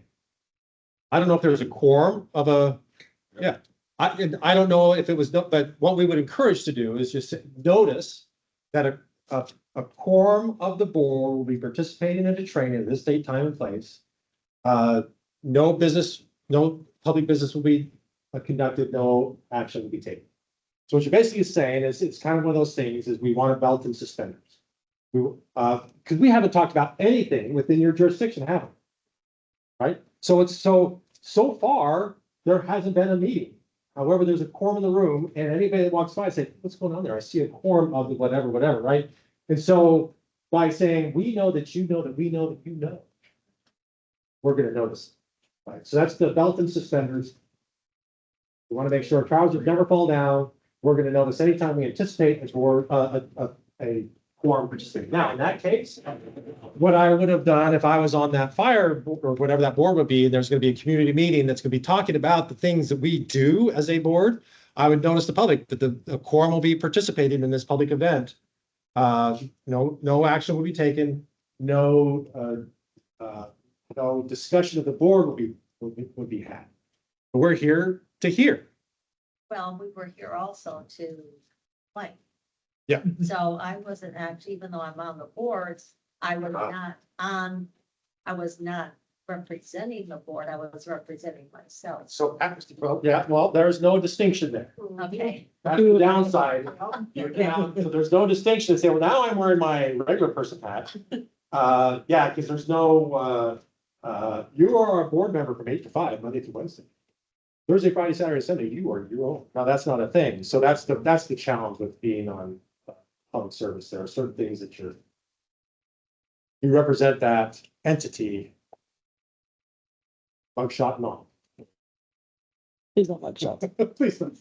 All right. Okay. Helpful, not helpful. Now let's just throw in the electronic thing.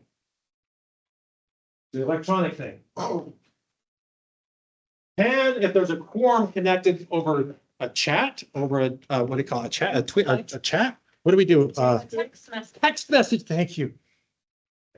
Text messaging, right? Can the public observe those deliberations? Oh, yeah. I meant if they like subpoena them. Yeah. Things have gone south and that has gone. So, but the idea is that the public can observe that seed, right? Or the one I love is someone in between the meetings says, oh, here's an article I'm gonna send out to everybody on the board, say, hey, read this, let's talk about the next meeting. Right? That's a seed planting thing. So some of that's communication in between meetings, or just be very, very careful that we're not inadvertently engaging in discussion, introducing topics or ideas. The public has that right to see that whole process from birth to death take place. So it makes it very inconvenient for you. And here's the thing, if you have found something in your process that makes things like way more efficient, I'll be done. Just assume that that's breaking the law some way, somehow, because wow, this is really fast. So just be aware of that. So the electronic thing, they can't predict, well, a phone call, right? If it's a conference call. So there's been state agencies for years have been meeting through back in the old days, they used phone. They give out the conference call and people join in and participate in the conference call. Now it's through Zoom or Teams or WebEx or whatever those other platforms. So like what we're doing right now. So these are things so you can use the electronic means of conducting your business when it's intentional and it's accessible. Right, so that is an option, but you got to be very careful. That sword can cut the opposite direction where you can make a decision or engage in discussion that the public isn't have the ability to observe that. There is a court case, land use decision of all things, because you just start writing zeros on a big check when you're stroking a land use thing. And it was between, there's a county and two county commissioners had discussed on the phone the merits of a land use proposal, discussed their vote on that phone call. Here's the other interesting question. How did that get out without one of them saying, Slick and I were on the phone last night talking about this, and this is what we decided to do. Someone overheard them. Yeah, something happened, but they couldn't just. No, that's wrong. Don't do it. So they ended up losing that case, but that was also one of those providing precedents for us when it says in the law, electronic means. What does that mean? Well, that was a great example. They're on a phone call, the public was not noticed of it. They didn't have an opportunity to participate. They couldn't observe their deliberations. Right? All that was done outside of the view of the public, which is inconsistent with the law and the nature of public entity, it's social contract.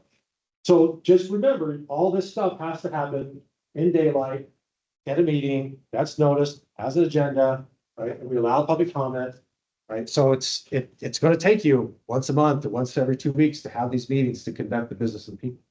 But it's transparent, it's accessible, and it's the rules that we've established. Send the board something about this is for you to look at, but I do not want you to respond. It's just like a general type email that we are not to respond to it. Is that legal to send it to the board? So what I would say on the communicate, so now I'm not saying also that no communications should be happening amongst the board. And so I want to differentiate between the discretionary policymaking process versus the administration of the board. What they call, the courts call it, I'm having a hard time. Ministerial acts. The court calls it ministerial acts. Acts that require no judgment. Can't put my socks on without using judgment, but whatever. So if you were to email out to the board saying, hey, we're meeting Tuesday night at 7 o'clock, and someone hits reply all, saying, I thought we were meeting at 6. That's not creating the meeting. That's ministerial. We're just trying to figure out how to function at the board. If you were emailing out the agenda saying, here's the agenda for next Thursday's meeting, and someone responds, reply all, says, hey, I see agenda item number 3, we're going to talk about this. I was talking to Larry and he said this, and I talked to Joe and he said that, and I think we ought to do this. Right now, that turned into a meeting. Now we're discussing stuff within our purview versus the ministerial side of it. We're just trying to figure out when we're going to meet, right, for that type of function. The other pro tip for you, if you are one that's communicating with the board, the board secretary or supporting the board, what I would suggest you do is when you send an email out, put all the email addresses in the BCC line, the blind carbon copy. Because when you send that out, if they hit reply all, it only goes back to the sender. It doesn't go back to the rest of the group. So that way you can minimize that correspondence, and that way they're just interacting with you rather than the whole group. And you don't inadvertently say, hey, here's an article. Could you please put this in the agenda packet at our next meeting for the group to read 3 days before we meet at the meeting? Something like that. That would be a way to do it. So now it's in the packet that's available to anybody to request the packet. That making sense versus we're sharing things back and forth that's informing a future decision. We've already started that process of grinding through the. This feels like a very naive question, but then like, how does one get something on the agenda?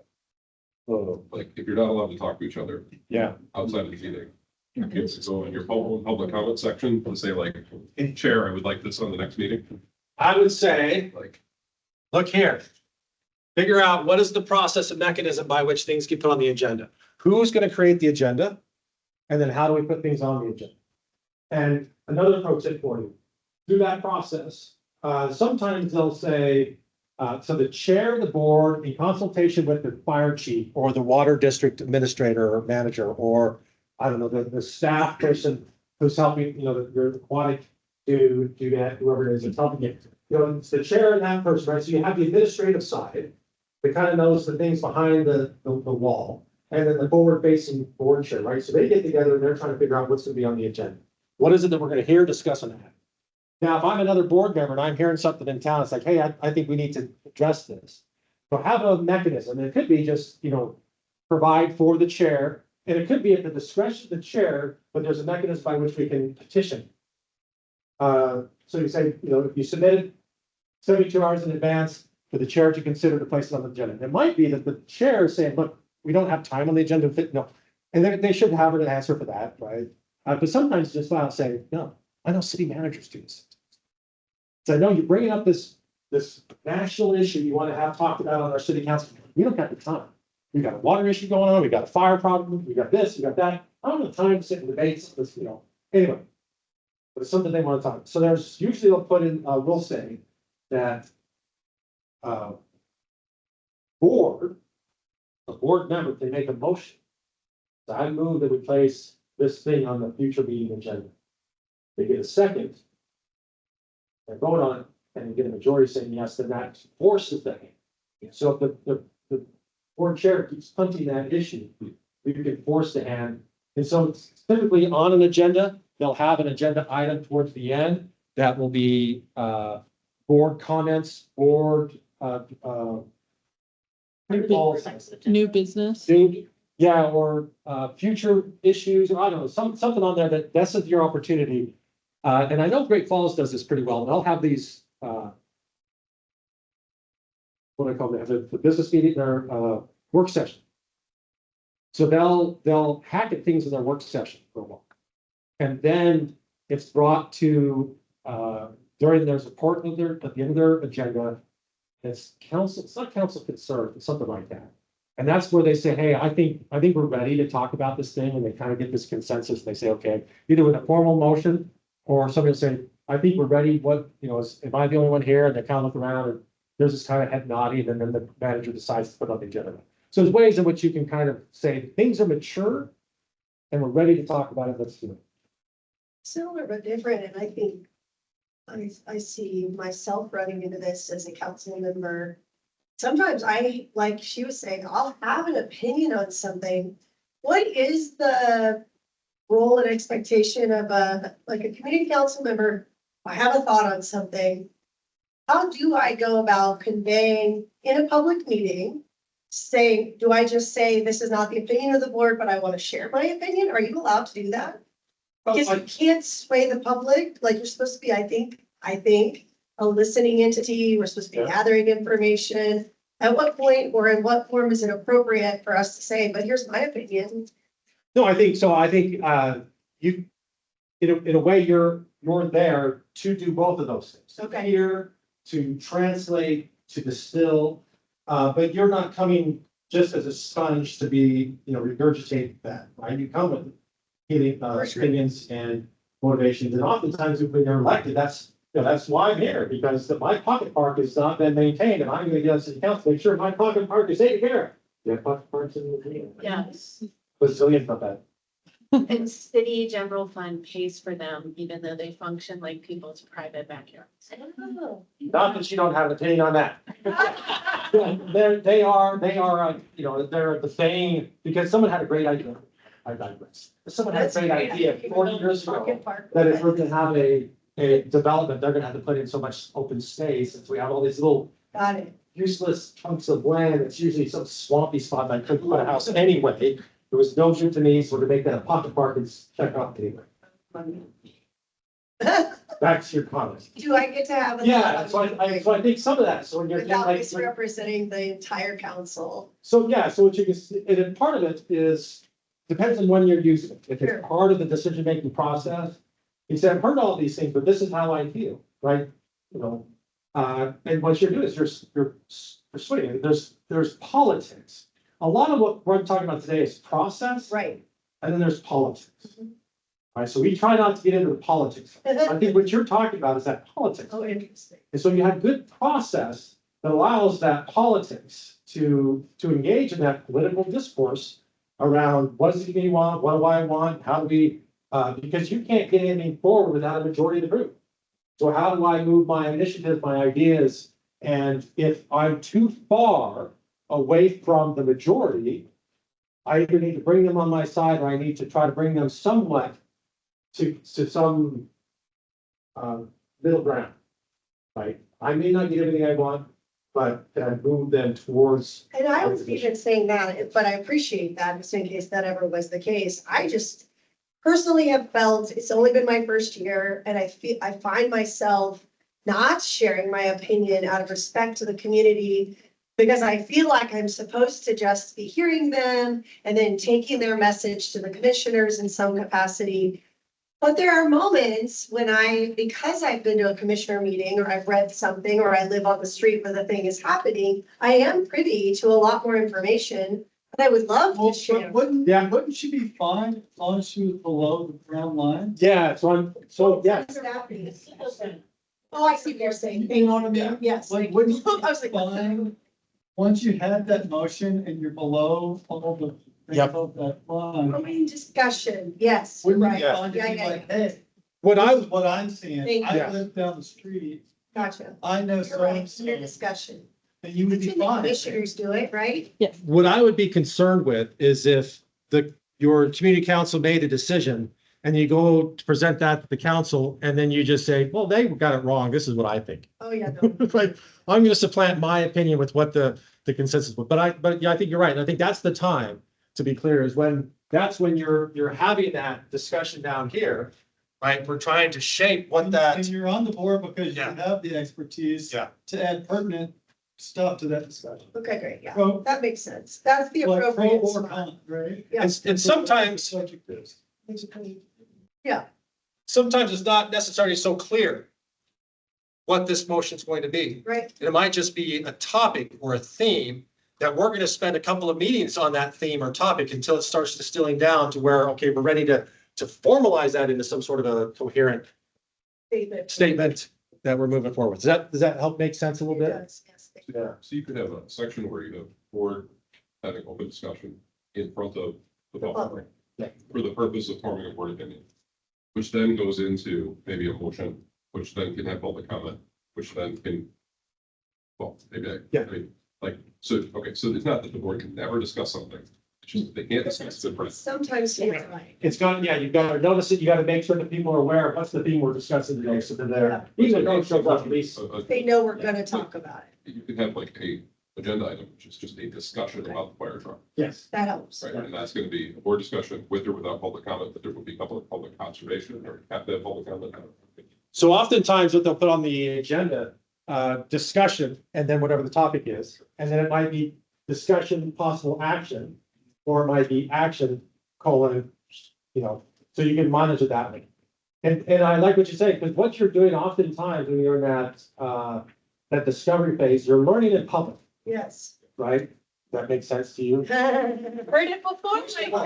You're learning in public, right? And so there's a vulnerability to that. And that's what makes it difficult for people. That's why they often want to hide, or get in that safer environment where we can talk about it ourselves first, figure out what we want to do before we introduce it to the public. And that's just antithetical to the process. So join a nonprofit board if you want to do that. Right. We can do that all day long. But public board, it's just different. And so a lot of people come from that nonprofit world and say, why can't I do proxy voting? Why can't we vote by email? But nonprofits make up their own rules. Right? But if I'm voting by proxy, am I giving you my vote because I can't make it to the meeting? What is that communicating to the public about my vote before the meeting took place? That there's a I discussion. made my decision before I heard public comment. That's why it doesn't work in the public sphere. Or the voting online. I'm taking action. I just can't email and say, everybody okay if we just do this? Well, no, you can't. Don't do that. You got this, it makes it really slow and cumbersome. You gotta put on a meeting agenda or call a special meeting. Yeah. Special meeting, we're gonna come and talk about this thing right now because it's urgent, but we just can't make these quick decisions. All right, I've got to look at our list. Are we even, where did my list go? Of things that we're talking about? Red and orange of our questions and issues. Is that it? Yeah. Jeez, what have we done? Quorum. Quorum? Is there any other questions about the quorum? Just if you do have somebody who's new to the board or whatever that just chucks an opinion out in an email and says, is there a way that you can right the ship so that you're not exposed to action? Like attach that email to the minutes, or what would you do in that? Yeah, both off, yeah, so fix the issue, but I would bring it up at the next meeting and say, hey, or talk to them ahead of time, say, that's, no bueno, can't do that. So could you please, at the next meeting, say, hey, look, mea culpa, I sent this email out, I realize I should have done that, but this is what it says. And so you're disclosing it in the meeting, it can be put into the minutes, and you're correct. Here's the thing, if the court finds that you screwed up, what they're gonna do, it's some procedural thing, they're gonna say you gotta go back to the beginning and start the process over because the process was flawed. And so what you're doing is you're getting out ahead of that, not force the public to recognize there's a problem, sue you over the issue, go to the judge and say, you screwed up, start over again. Just say, my bad, let's start over in the process. To probably like empowering the new person, like individually correcting the issue and then letting them like speak on it, I think would be the best thing to do, because then they're not embarrassed by not knowing something and they're new and everyone's like, oh, you're. You don't want to disenfranchise them too early. Yeah. Give them a couple months and then screw them. Once their politics comes out, it's like, yeah, I don't like that. We're shutting you down. Oh, yeah, love that part of it. Okay, so we're good on quorum? What else is done here? We did the process. Meeting stuff, electronic, we covered that. Enough on the meetings? Kind of what's encompassed there, noticing. Recommendations from advisory, we've chatted a little bit about that, but there's some formality here that I think some people were looking for, and there's not. We've worked with county commissions that have community council. Because their desires, they want to get good recommendations, they want them to be empowered, they want them to be engaged, they want them to be relevant. And so sometimes that can be challenging. Because anyway, so how do you create a structure that allows that to happen? Too much this water. So what we've recommended is developing for community councils and all boards, a form for them to complete quarterly that may say, here's the issues that we're currently addressing. Here's the things that we've been working on previously, and this is what we plan to be working on over the next 6 months. So it gives you a chance to say, here's where we're headed, this is what we're doing now, this is where we've been. And you present that, so there won't be any surprises to the commission.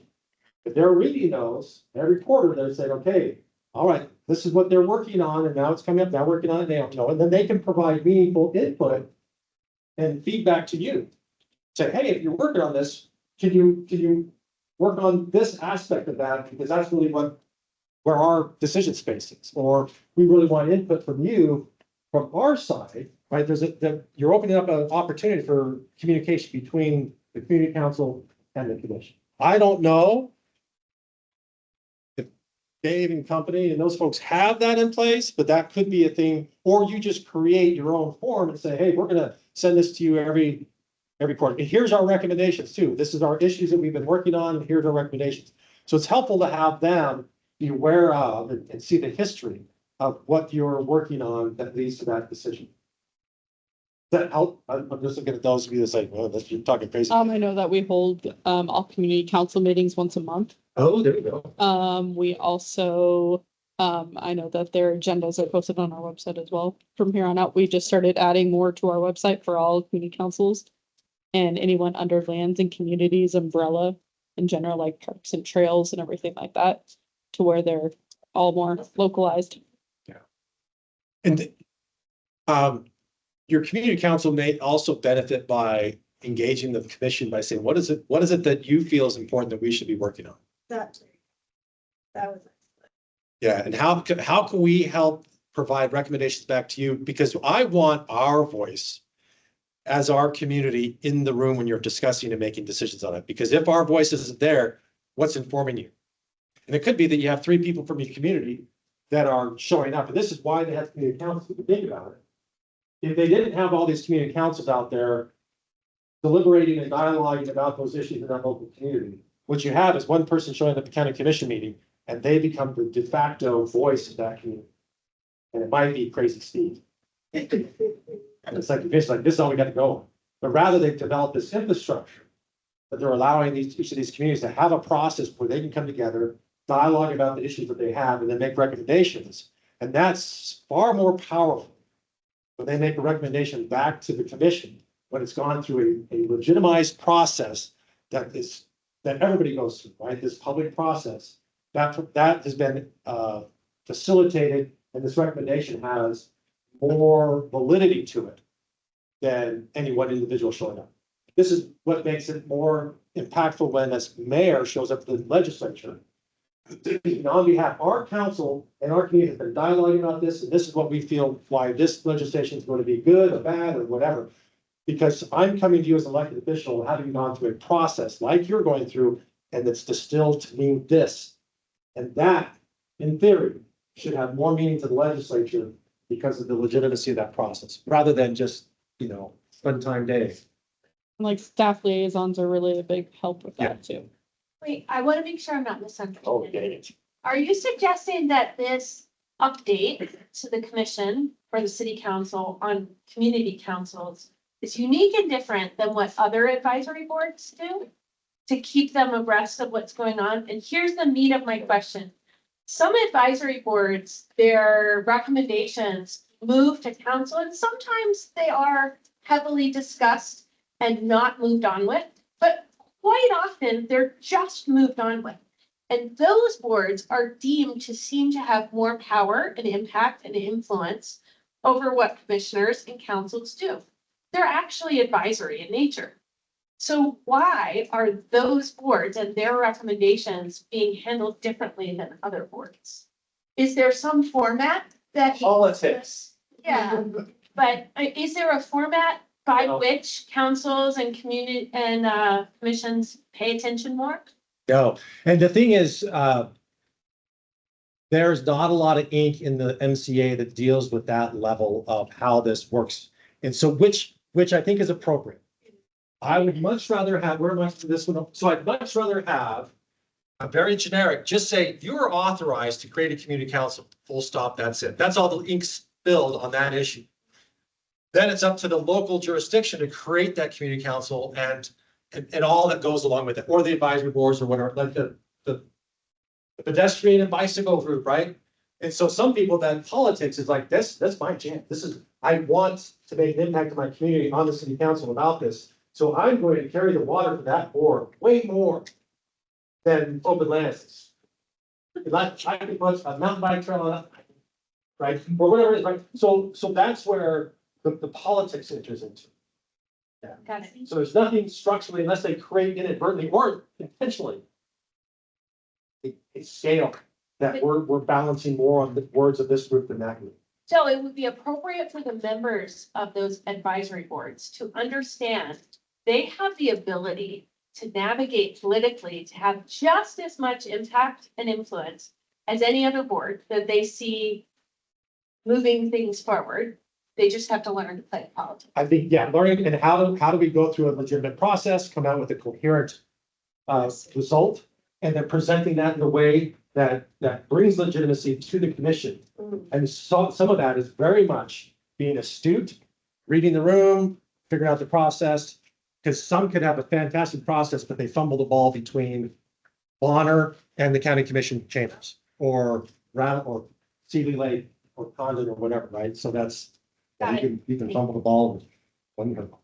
All right, we making headway here. What else? Let's get to this. So many good things to do. Notice you did that. Recommendations from advisory. Good on that? I'm saying it's good. What's this? Commission. Community council relations. I covered that a little bit, haven't we? Is there more we want to talk about that relationship? With that, Oh, go ahead. someone online asked earlier, would it be possible to discuss recent change to community councils and how board members are now appointed instead of elected? And are other counties doing this in the state? That's one of those things that I said before. It's at the discretion of the local jurisdiction to determine how those people are selected. There's not many counties that operate with community councils. It makes sense here in Missoula County. I often point to Missoula County for other counties that are struggling with how do we hear the blah, blah, blah, blah, blah, blah, blah. Yay. So I think you guys are leaders in that issue. It's at the discretion of the commission, what makes the most sense, elected or appointed. And it might be frustrating because we're making that change and it's just different. And there's trade-offs with both. I don't think there's this is better than that. I think both of them have advantages and both of them have trade-offs. And did I say this with you before? It's all an experiment. Have I said that here? Yes. I do too many trainings. I can't remember who I said what to whom. So it's all an experiment. So they're saying, hey, we tried this one way. And there's some downsides to that. So we're going to try a different way. And I think if they're evaluating the effectiveness of this new policy direction, and if it's superior to or is providing different value or impact than the other way, then maybe it's a win. If not, they might say, let's try it for a couple of years. They might realize our previous way is better. So nothing's written in stone. It's all an experiment. Everything's subject to And I change. do know that the new ordinance was to go more align with legislature. Okay. Some things that changed in legislature. Oh, it could be. There might have been some changes there. Yes, and so I know for county community councils, it was to make sure that we are in alignment with that. I'm curious to see what they changed. I I can't didn't get remember exactly. 2025. We had a resolution and then a new ordinance. All right.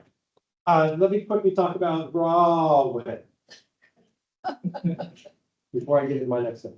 In that once a month is often when boards meet for supposedly quote unquote an hour, which is impossible to cover everything. What's the best tool in order to be able to really hash out things in a legal fashion? Is it a work session? Is that what we go to? Or what's the best method to be able to address things you just cannot do in an hour? Yeah, that's all self-imposed. Mhm. Meeting once a month for an hour, that's self-imposed here. So that's not in law. They don't say fire boards can only meet once an hour, once a month. But it's fire boards decides how often they want to meet and how long they want their meetings to be. So you can say, look, for the next 6 months, let's go to 2 meetings a month. Let's pass a little resolution or something saying we're gonna meet 2 meetings a month. This is when we're gonna meet, what time and place.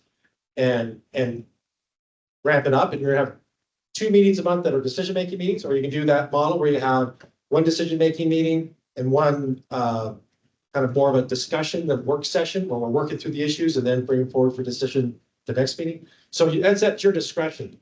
So if you're feeling like our process and procedures and how we conduct business is stifling our ability to make good decisions on behalf of our community, I think it's reliant upon you to make the changes you need as a board to be responsive to humans. May not be what you want to do. No, it's fine. It's just if an issue comes up and it's clearly, might be a temporary issue, but a Yeah. work session can. Another option for that, like that acute thing, rather than the chronic. So I was referring to maybe a chronic issue. How do we fix this? Yeah. Work, but an acute thing. More cute.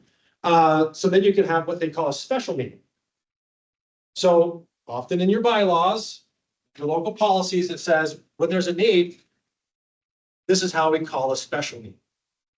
So it's in between 2 regular meetings, all meetings, special meetings. There's not really anything that we do in local government that's an emergency. So emergency meetings aren't that much of a thing, particularly if you're advisory or whatever. Most of the time, like even a fire board, you should already have policy procedures. You got a big fire burn, you don't have an emergency meeting to talk about how we're gonna do it. No, you should have that already in your operation. So we have what we can call a special meeting that we can do anytime in between meetings, and then in your bylaws, it says this is how a special meeting can be called. And it's not uncommon, and I don't like it, it's not uncommon, it says 2 of the 5 board members can petition, right, because 3 is a quorum. But the other issue is that you have no powers to, anyway, whatever. Can petition the chair to call a special meeting, or the chair on their own could call a special meeting. So what you're doing in your bylaws is we're giving executive authority to the chair to call a special meeting when the chair deems it necessary, or we're allowing 2 of the legislative body to come together to request it, or to call a special meeting. So that's, so they say, we're gonna call us, or at a meeting, you say, gosh, we didn't get this done. Let's meet next Tuesday at 6 o'clock and we'll continue this conversation. And does that have to be announced and it's still an open meeting? Yes, so that still needs to be noticed 48 hours, still needs to have the agenda, all the same things, special meeting, you need to do an emergency, all those things have to be, follow the same laws. And in fact, here's another thing. If you appoint a subcommittee to do something, right? That group also needs to follow the same open meeting laws, have minutes, public comment, agendas, all that. You see that on page 2, the middle bullet, page 2. Any committee or subcommittee appointed by a public body or an association described in subsection 2 for the purpose of conducting business that is within the jurisdiction of the agency is subject to the requirements of this section. Missoula County has been one that has been very good at providing precedents for all the rest of the state, because we'll call it the school district seems to have screwed up on that multiple times. That now we've got lots of law from the AG and Supreme Court saying, yeah, you can't do that. You gotta notice those meetings when you create a subcommittee to close down a local elementary school. You don't do that in the city, because there's public interest. That was how we're All right, where are we at here? Oh, okay, Robert's Rules of Order.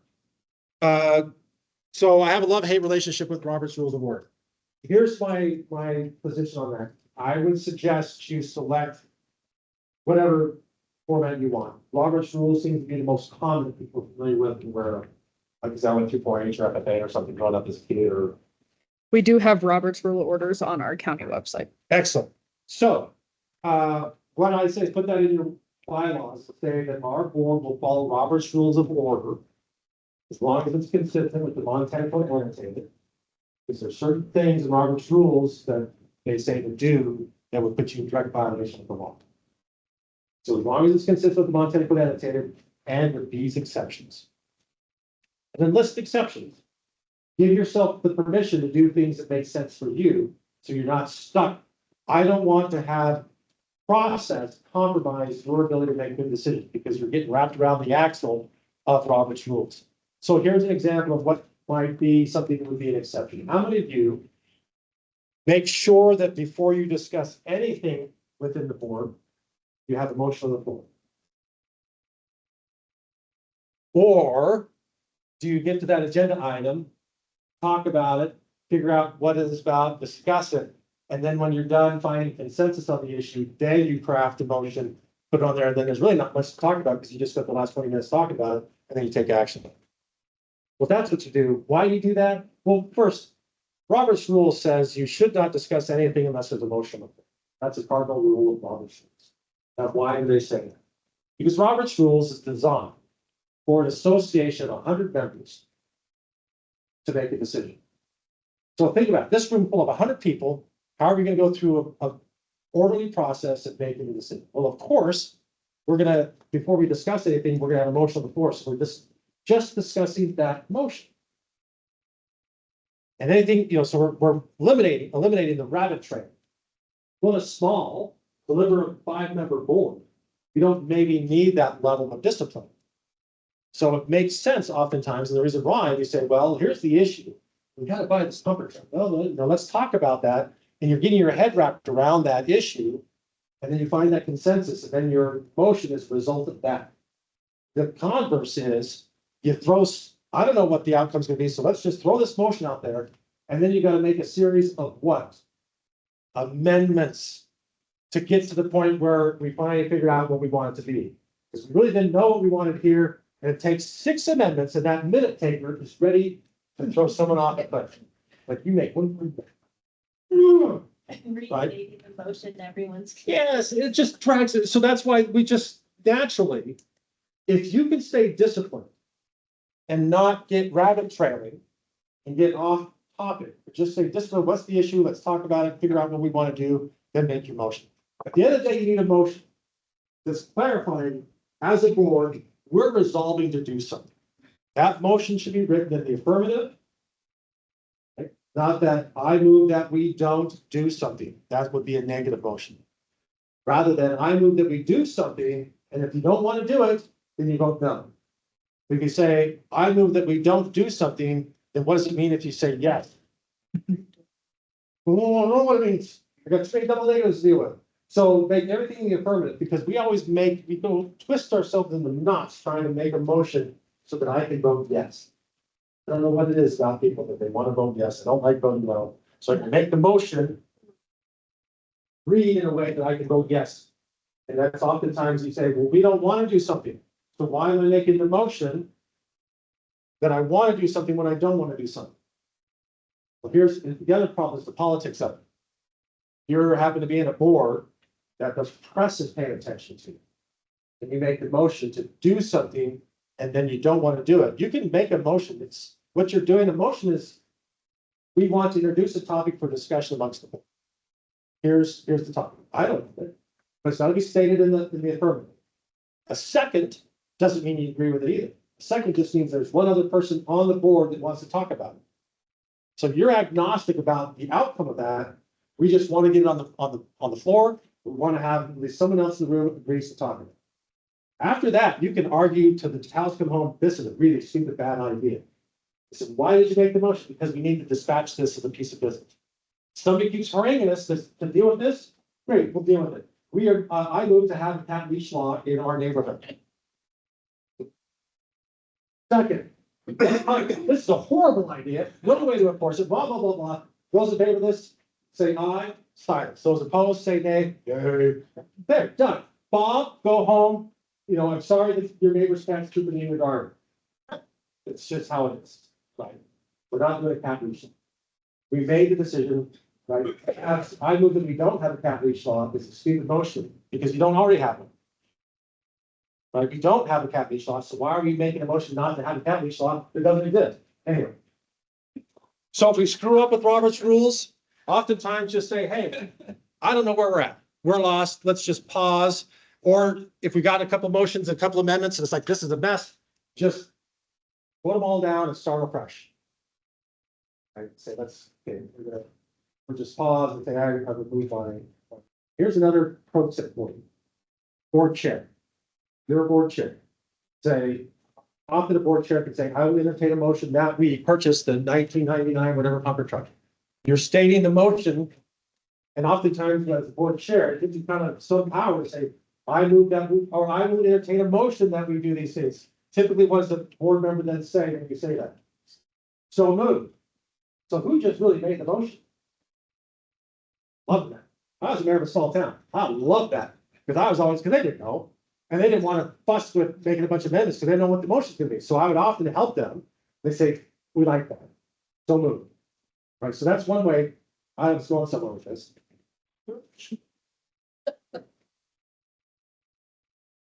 Oh, motion, okay, so chair.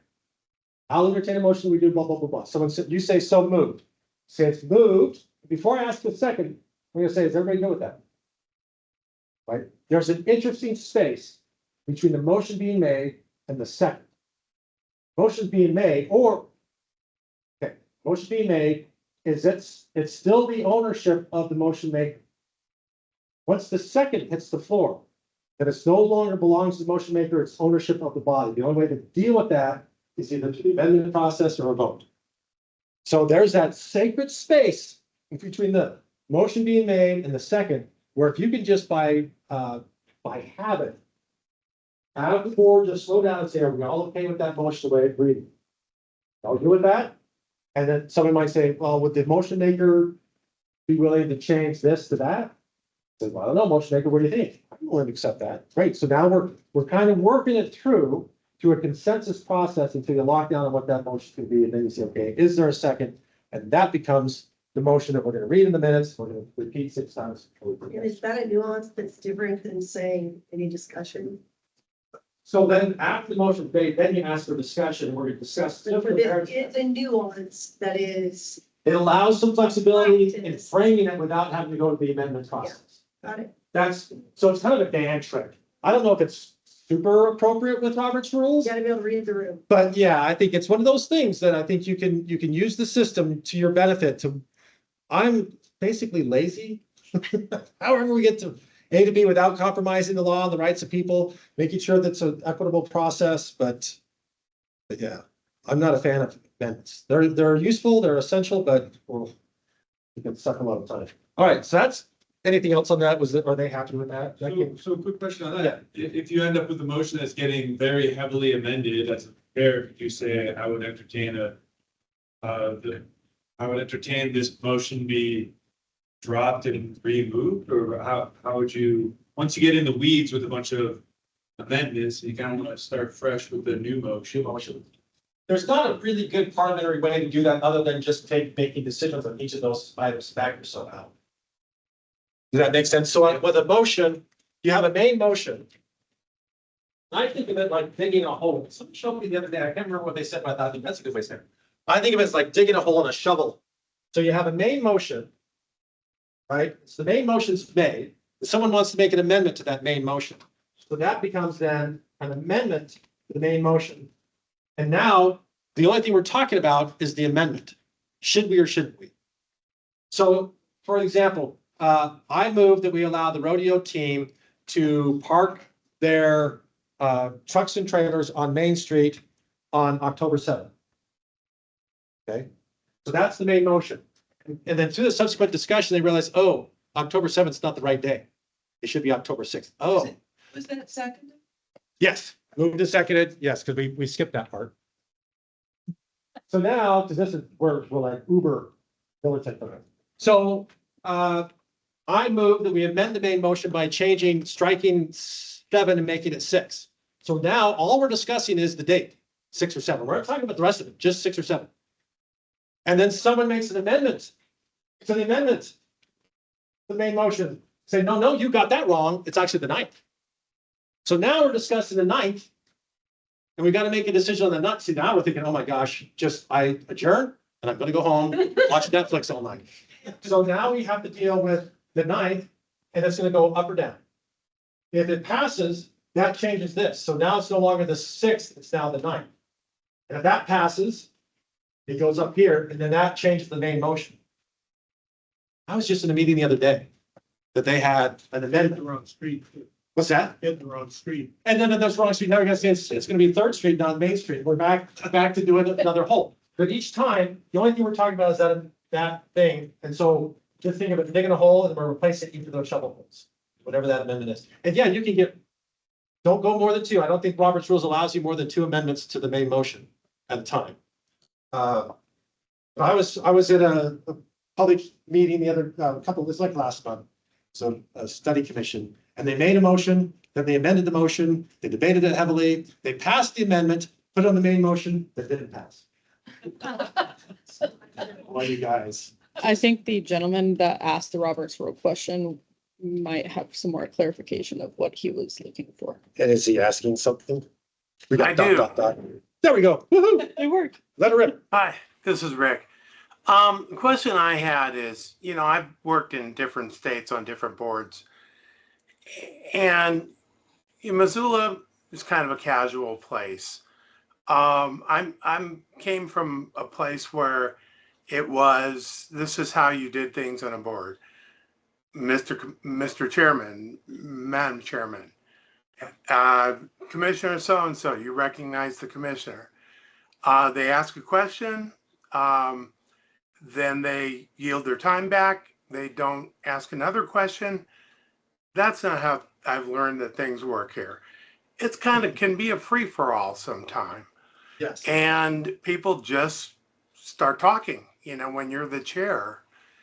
And there's got to be a happy medium in between that. I mean, I guess as the chair, I just have to reiterate what I want as the chair for how we run it, because, you know, as a chair, your job is your most important job is that everybody gets heard. Yep. And that you don't get groupthink and, you know, all that. And if one person tries to dominate the conversation, it's not going to work out well for the other people. So that's my question about Robert's Rules of Order. You know, how can we try to, you know, let people have some freedom, but at the same time, follow the way things are supposed to work? Yeah, is that good? Do you want me to weigh in now, or do you have? Yes, please. That's it. Okay, great point. And yes, oftentimes these conversations will lead into this formality. What level of formality do we want to introduce into our board? Sometimes it can be stifling, sometimes it might be liberating. And you gotta like read the ribbon. I like the point, and what we'll often say is the board chair has to manage that meeting. So you've got to manage that meeting. And part of what you just described is you're describing the norms of that group. That this is just how we do things. It's kind of a free for all. We're getting down there and or we got some person that's dominating the conversation. Oh my gosh, I can't go to another meeting to listen to Sue talk about the cat leash law or whatever it is, right? It's just too much. And so we've got to think about if the norms that we're operating with are no longer working for us, then we need to think about how do we formalize that? What's that next step to ratchet it up, to create some higher level of formality to where we can accomplish our overall objectives of making sure everybody's heard and we're making good decisions as a body. And so you may have to introduce some ground rules of how we're going to conduct the meeting. To the point where we've seen some that are very formal, like you're saying, it's like, Mr. Chair, Chair recognizes Dan, thank you, Chair, blah, blah, blah, blah, blah. You know, and yield my time back. And, you know, kind of like if you ever watched the legislature do their committee meetings. Not that I ever want to say follow the legislature's model, because parts of it are good, but parts of it, if you did, it would not work, because the legislature is a different body than what we operate. So they have a different set of rules. Hey, so, but there, I think that formality that they have, it takes the emotion out of it, and you're discussing and debating the issue. And so that formality being recognized by the chair, I'm speaking to the chair, my comments are directed to the chair. You can also say that in your ground rules for the public comment, please direct your comments to the chair and make that formality. So that's a dialogue between the chair, not a dialogue, but a facilitated between the chair and the public. And not allowing, as a chair, you use that gavel and say, you know, Ms. Sue, you cannot direct your comments to, you know, board member so-and-so. You've got to direct them to me, because you're going to get in a fight, you know, you're going to get this ugly thing going on, that yelling back and forth at each other. So yes, I think there's that formality and thinking about what level of formality would be most appropriate to take us from some less than effective meeting environment to something that's better. And then try to capture that in some sort of a policy. Part of it could be, we're going to have a special meeting just to talk about meeting procedure, because we're all spending our volunteer time and our meetings are 3 hours long. We're not getting much out of it because we're just really ineffective. We're yelling at each other. And I think we've got too much smarts in the room to come out with mediocre outcomes. So if we can develop some discipline amongst ourselves, we can really make our group really powerful with some impactful outcomes. And that might be something that might get people motivated to show up and say, yeah, how do we make this work better? 10 minutes. We're gonna go fast here. Minutes, look at your next section there in your packet on page. Got too many of these sitting around. Bottom of page 2. All meetings need minutes. All meetings where you have a board present needs to have minutes. What should be contained in the minutes is, if you look down there, appropriate minutes of all meetings must be kept. The date, time, place of the meeting, a list of individual members of the public body need to be captured. It's not requiring you to have all the public that's there. However, that's often found in local policies, local procedures, local customs. We often ask, hey, could you please introduce yourself and tell us your address, whatever. That's up to you. Although just recognize not everybody may have an address. And so we don't want to make people feel like they can't participate unless they meet certain social norms. The substance, number 3, the substance of all matters proposed, discussed, and decided.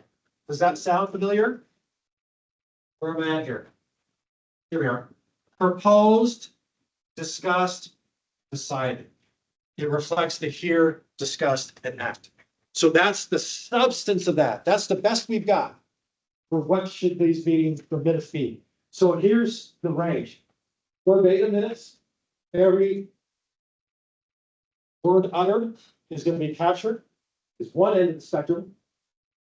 Action minutes, which is only motion, action, which I would argue is too little. Somewhere in the middle. So think about you in 20 years going back and reading those meeting minutes. Is there sufficient information to help you understand what it is that was decided and why they decided it and who was involved in the decision-making process? You capture that, it's like, okay, because I haven't read a lot of meeting minutes. Sometimes like, oh my gosh, I feel like I'm there. This is good. It's not everything, but it gives me enough rationales to why the decision was made 20 years ago that today looks like a really stupid decision. But you read the minutes like, oh, the context that they were making the decision in, it made total sense. Today, with the knowledge we have, it's like, yeah, that didn't make sense. Then closed meeting. Let's quickly hit closed meeting. Let's go back up. The top third or fourth of page 2. All meetings of public governmental bodies must be open to the public. So on page 2, second bullet. 2 exceptions. Now this is going to be important. This is right out of the state statute, 23203. It says when the discussion of the body relates to a matter of individual privacy. And then if and only if the presiding officer determines the demand of individual privacy clearly exceeds the merits of public disclosure, right? That balancing test. Is there a greater expectation of privacy than there is the public to know? And that list that we met earlier, IQ test, personnel evaluation, all that stuff, there is an expectation that balance yields the person's privacy than the public's right to know. But that's not always, there's gradient. I'll come back to it. The right of individual privacy may be waived by the individual about whom the discussion pertains, and in that event, the meeting must be open. So if I am a board chair and I have neither of you are the chair, right? But if you were to be one of the board chair, your board chair, I don't know if you have a staff member, you've got a staff member, the chief is your sole employee. What do I do? You do it as well. We go to that person and say, look, it's your annual performance evaluation. As you know, all of our meetings are open to the public. However, you may feel that this is a matter of individual privacy. So we're going to have your performance evaluation. Would you like to request that meeting to be closed? Giving them that option to exercise their privacy right. If they say yes, and you concur, because it's ultimately your decision as a chair, I concur that this is a legitimate reason to close the meeting. So then we'll close the meeting. Now, if that employee says, I waive my right to privacy, the law says it must be open. As the chair, you cannot exercise someone else's privacy right on their behalf. This is what bothers me when I get phone calls from staff members on a Thursday morning saying, hey, the board, the commission, the council just had a closed executive session to talk about me. Now, I was not aware. I don't know what they said. Right? That's not right either. Right? They should be talking to you because you have a right here. And you should, anyways. So the other thing I'll say, because you're dealing with 2 constitutional rights, make sure you have legal counsel. That is all it says in law, that paragraph. But I'll tell you, there is probably maybe 200 pages of AG opinions and Supreme Court case notes that gives us precedence on how to interpret that paragraph. There is a ton of information that shows that it's not. So here's a quick example. I sure hope you liked all the other stories I've told. Billings, This is all in the courts, it's all in the paper. Billings had, their, IT people in the basement, of City Hall, looking at inappropriate pictures online. They got caught. It's against the policies, they were disciplined. Somebody in Billings likes to leak the paper. Paper comes down to City Hall, say, hey, we'd like to know who those individuals are. And the city said, no, we're not telling you. We feel they have their right to privacy outweighs the public's right to know. And they sued, they went to court, the court sided with the city, saying that, yes, these individuals, because of the nature of their job, IT people, they have an expectation of privacy in this case, so they did not release the names. Now, fast forward a couple of years, we had another situation where some police officers got caught doing some inappropriate activity. And someone leaked it in the paper. They were internally disciplined as against internal policies, leaked it in the paper, paper comes down and says, you want to know who those police officers are. There's a difference. Can you notice the difference between a police officer and an IT employee? So we have an expectation of privacy. Now, what I'm going to add into that mix is the level of trust that the public places in those individuals in exercising judgment. So with the IT folks, very little expectation of public, but for a police officer, we put a lot of trust in you, the officer, to exercise good judgment.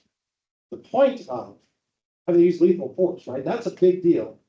And you're using that discretion poorly in your behavior over here. And that causes concern. And the city said, this is gray enough, right? We felt confident with the HR or the IT. This is gray enough. So they went to the court, which is odd. Court hates doing this because they just said, look, we're petitioning the court to tell us, should we release it or not, with the newspaper. The court said, well, sue them, make a decision, and then I'll tell you whether it's right or not. They said, no, you decide, because they haven't argued why we'd rather not have to make the decision, because, and so the court relents, they said, okay, release the names. So the notice is the same issue as a personnel infraction. Police officers had a different standard because of the level of trust the public places them in exercising judgment. So those are the things that I think why you want legal counsel, because there's so much information out there that helps us try to figure out where's the line. It's not a one size fits all, but there's a gradient. And so you want to have that counsel to make sure you're not violating someone's privacy right. So the court said, release the names. 2 days later, the cops posted their own press conference and out of themselves. And then the whole via corporate, we're so sorry, we'll do better. I want to look over here. Are we getting close? Anything else on executive session? Oh, minutes. Minutes of the executive session also need to be made. Keep them separate from your open meeting minutes. Do not email the closed meeting minutes. Do not email. Oh, do not, because it's so easy just to move that around. This is a privacy thing. So print them, whoever's the minute taker, print them, put them in an envelope, bring it to the meeting, say, here's the public meeting minutes, email those, put it in the paper, whatever. This other stuff, don't. Approve the open meeting minutes and then have the board review those meeting minutes in the paper copy, have an initial envelope, date, time, place, what was the issue that we talked about during that executive session.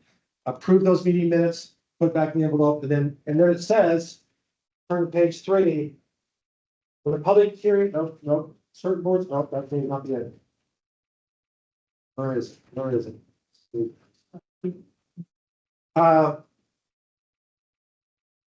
Anyway, bottom of three. Oh, yeah, no, that's good. Yeah, please submit your meeting minutes to the county for.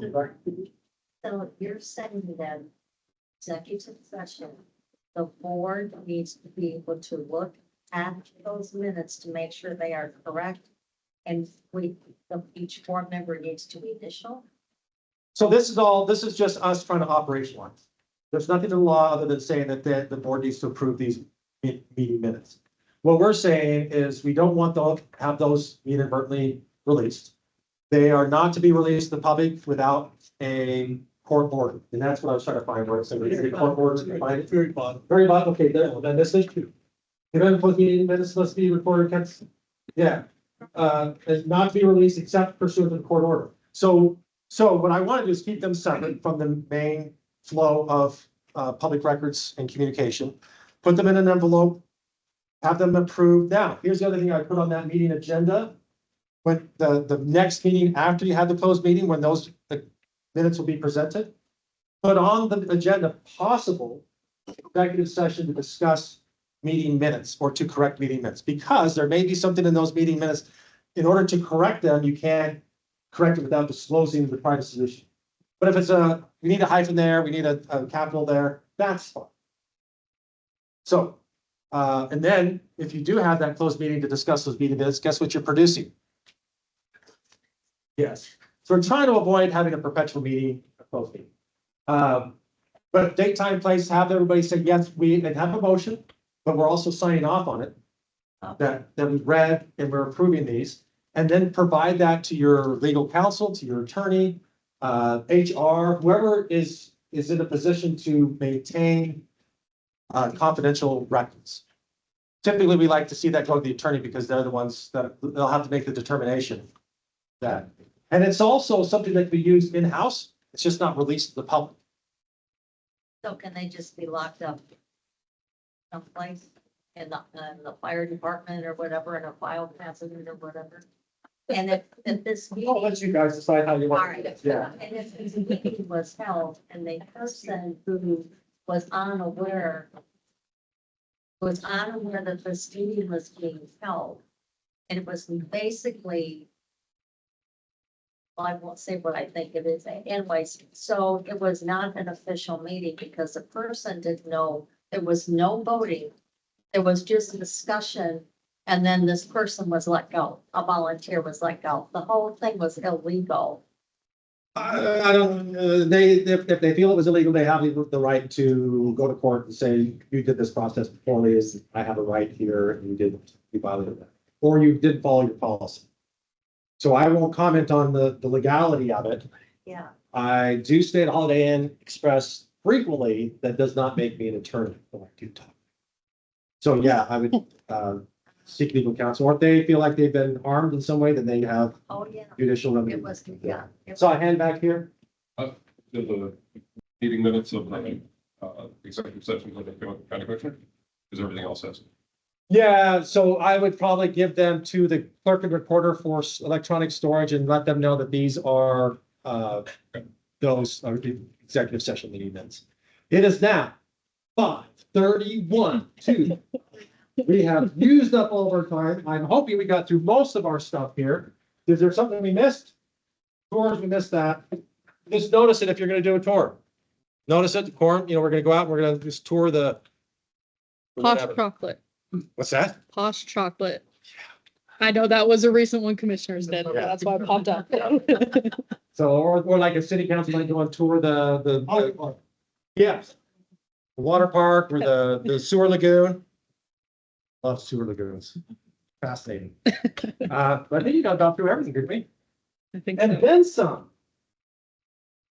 All right, well, hey, thank you for your willingness to volunteer to serve in your community, because this whole system doesn't work without your willingness to do this work and help out. So thanks. Yes. It seems to me that you're, well, you know what county, you don't diversity. There are various committees. Thanks very much. Thank you, everyone online. We have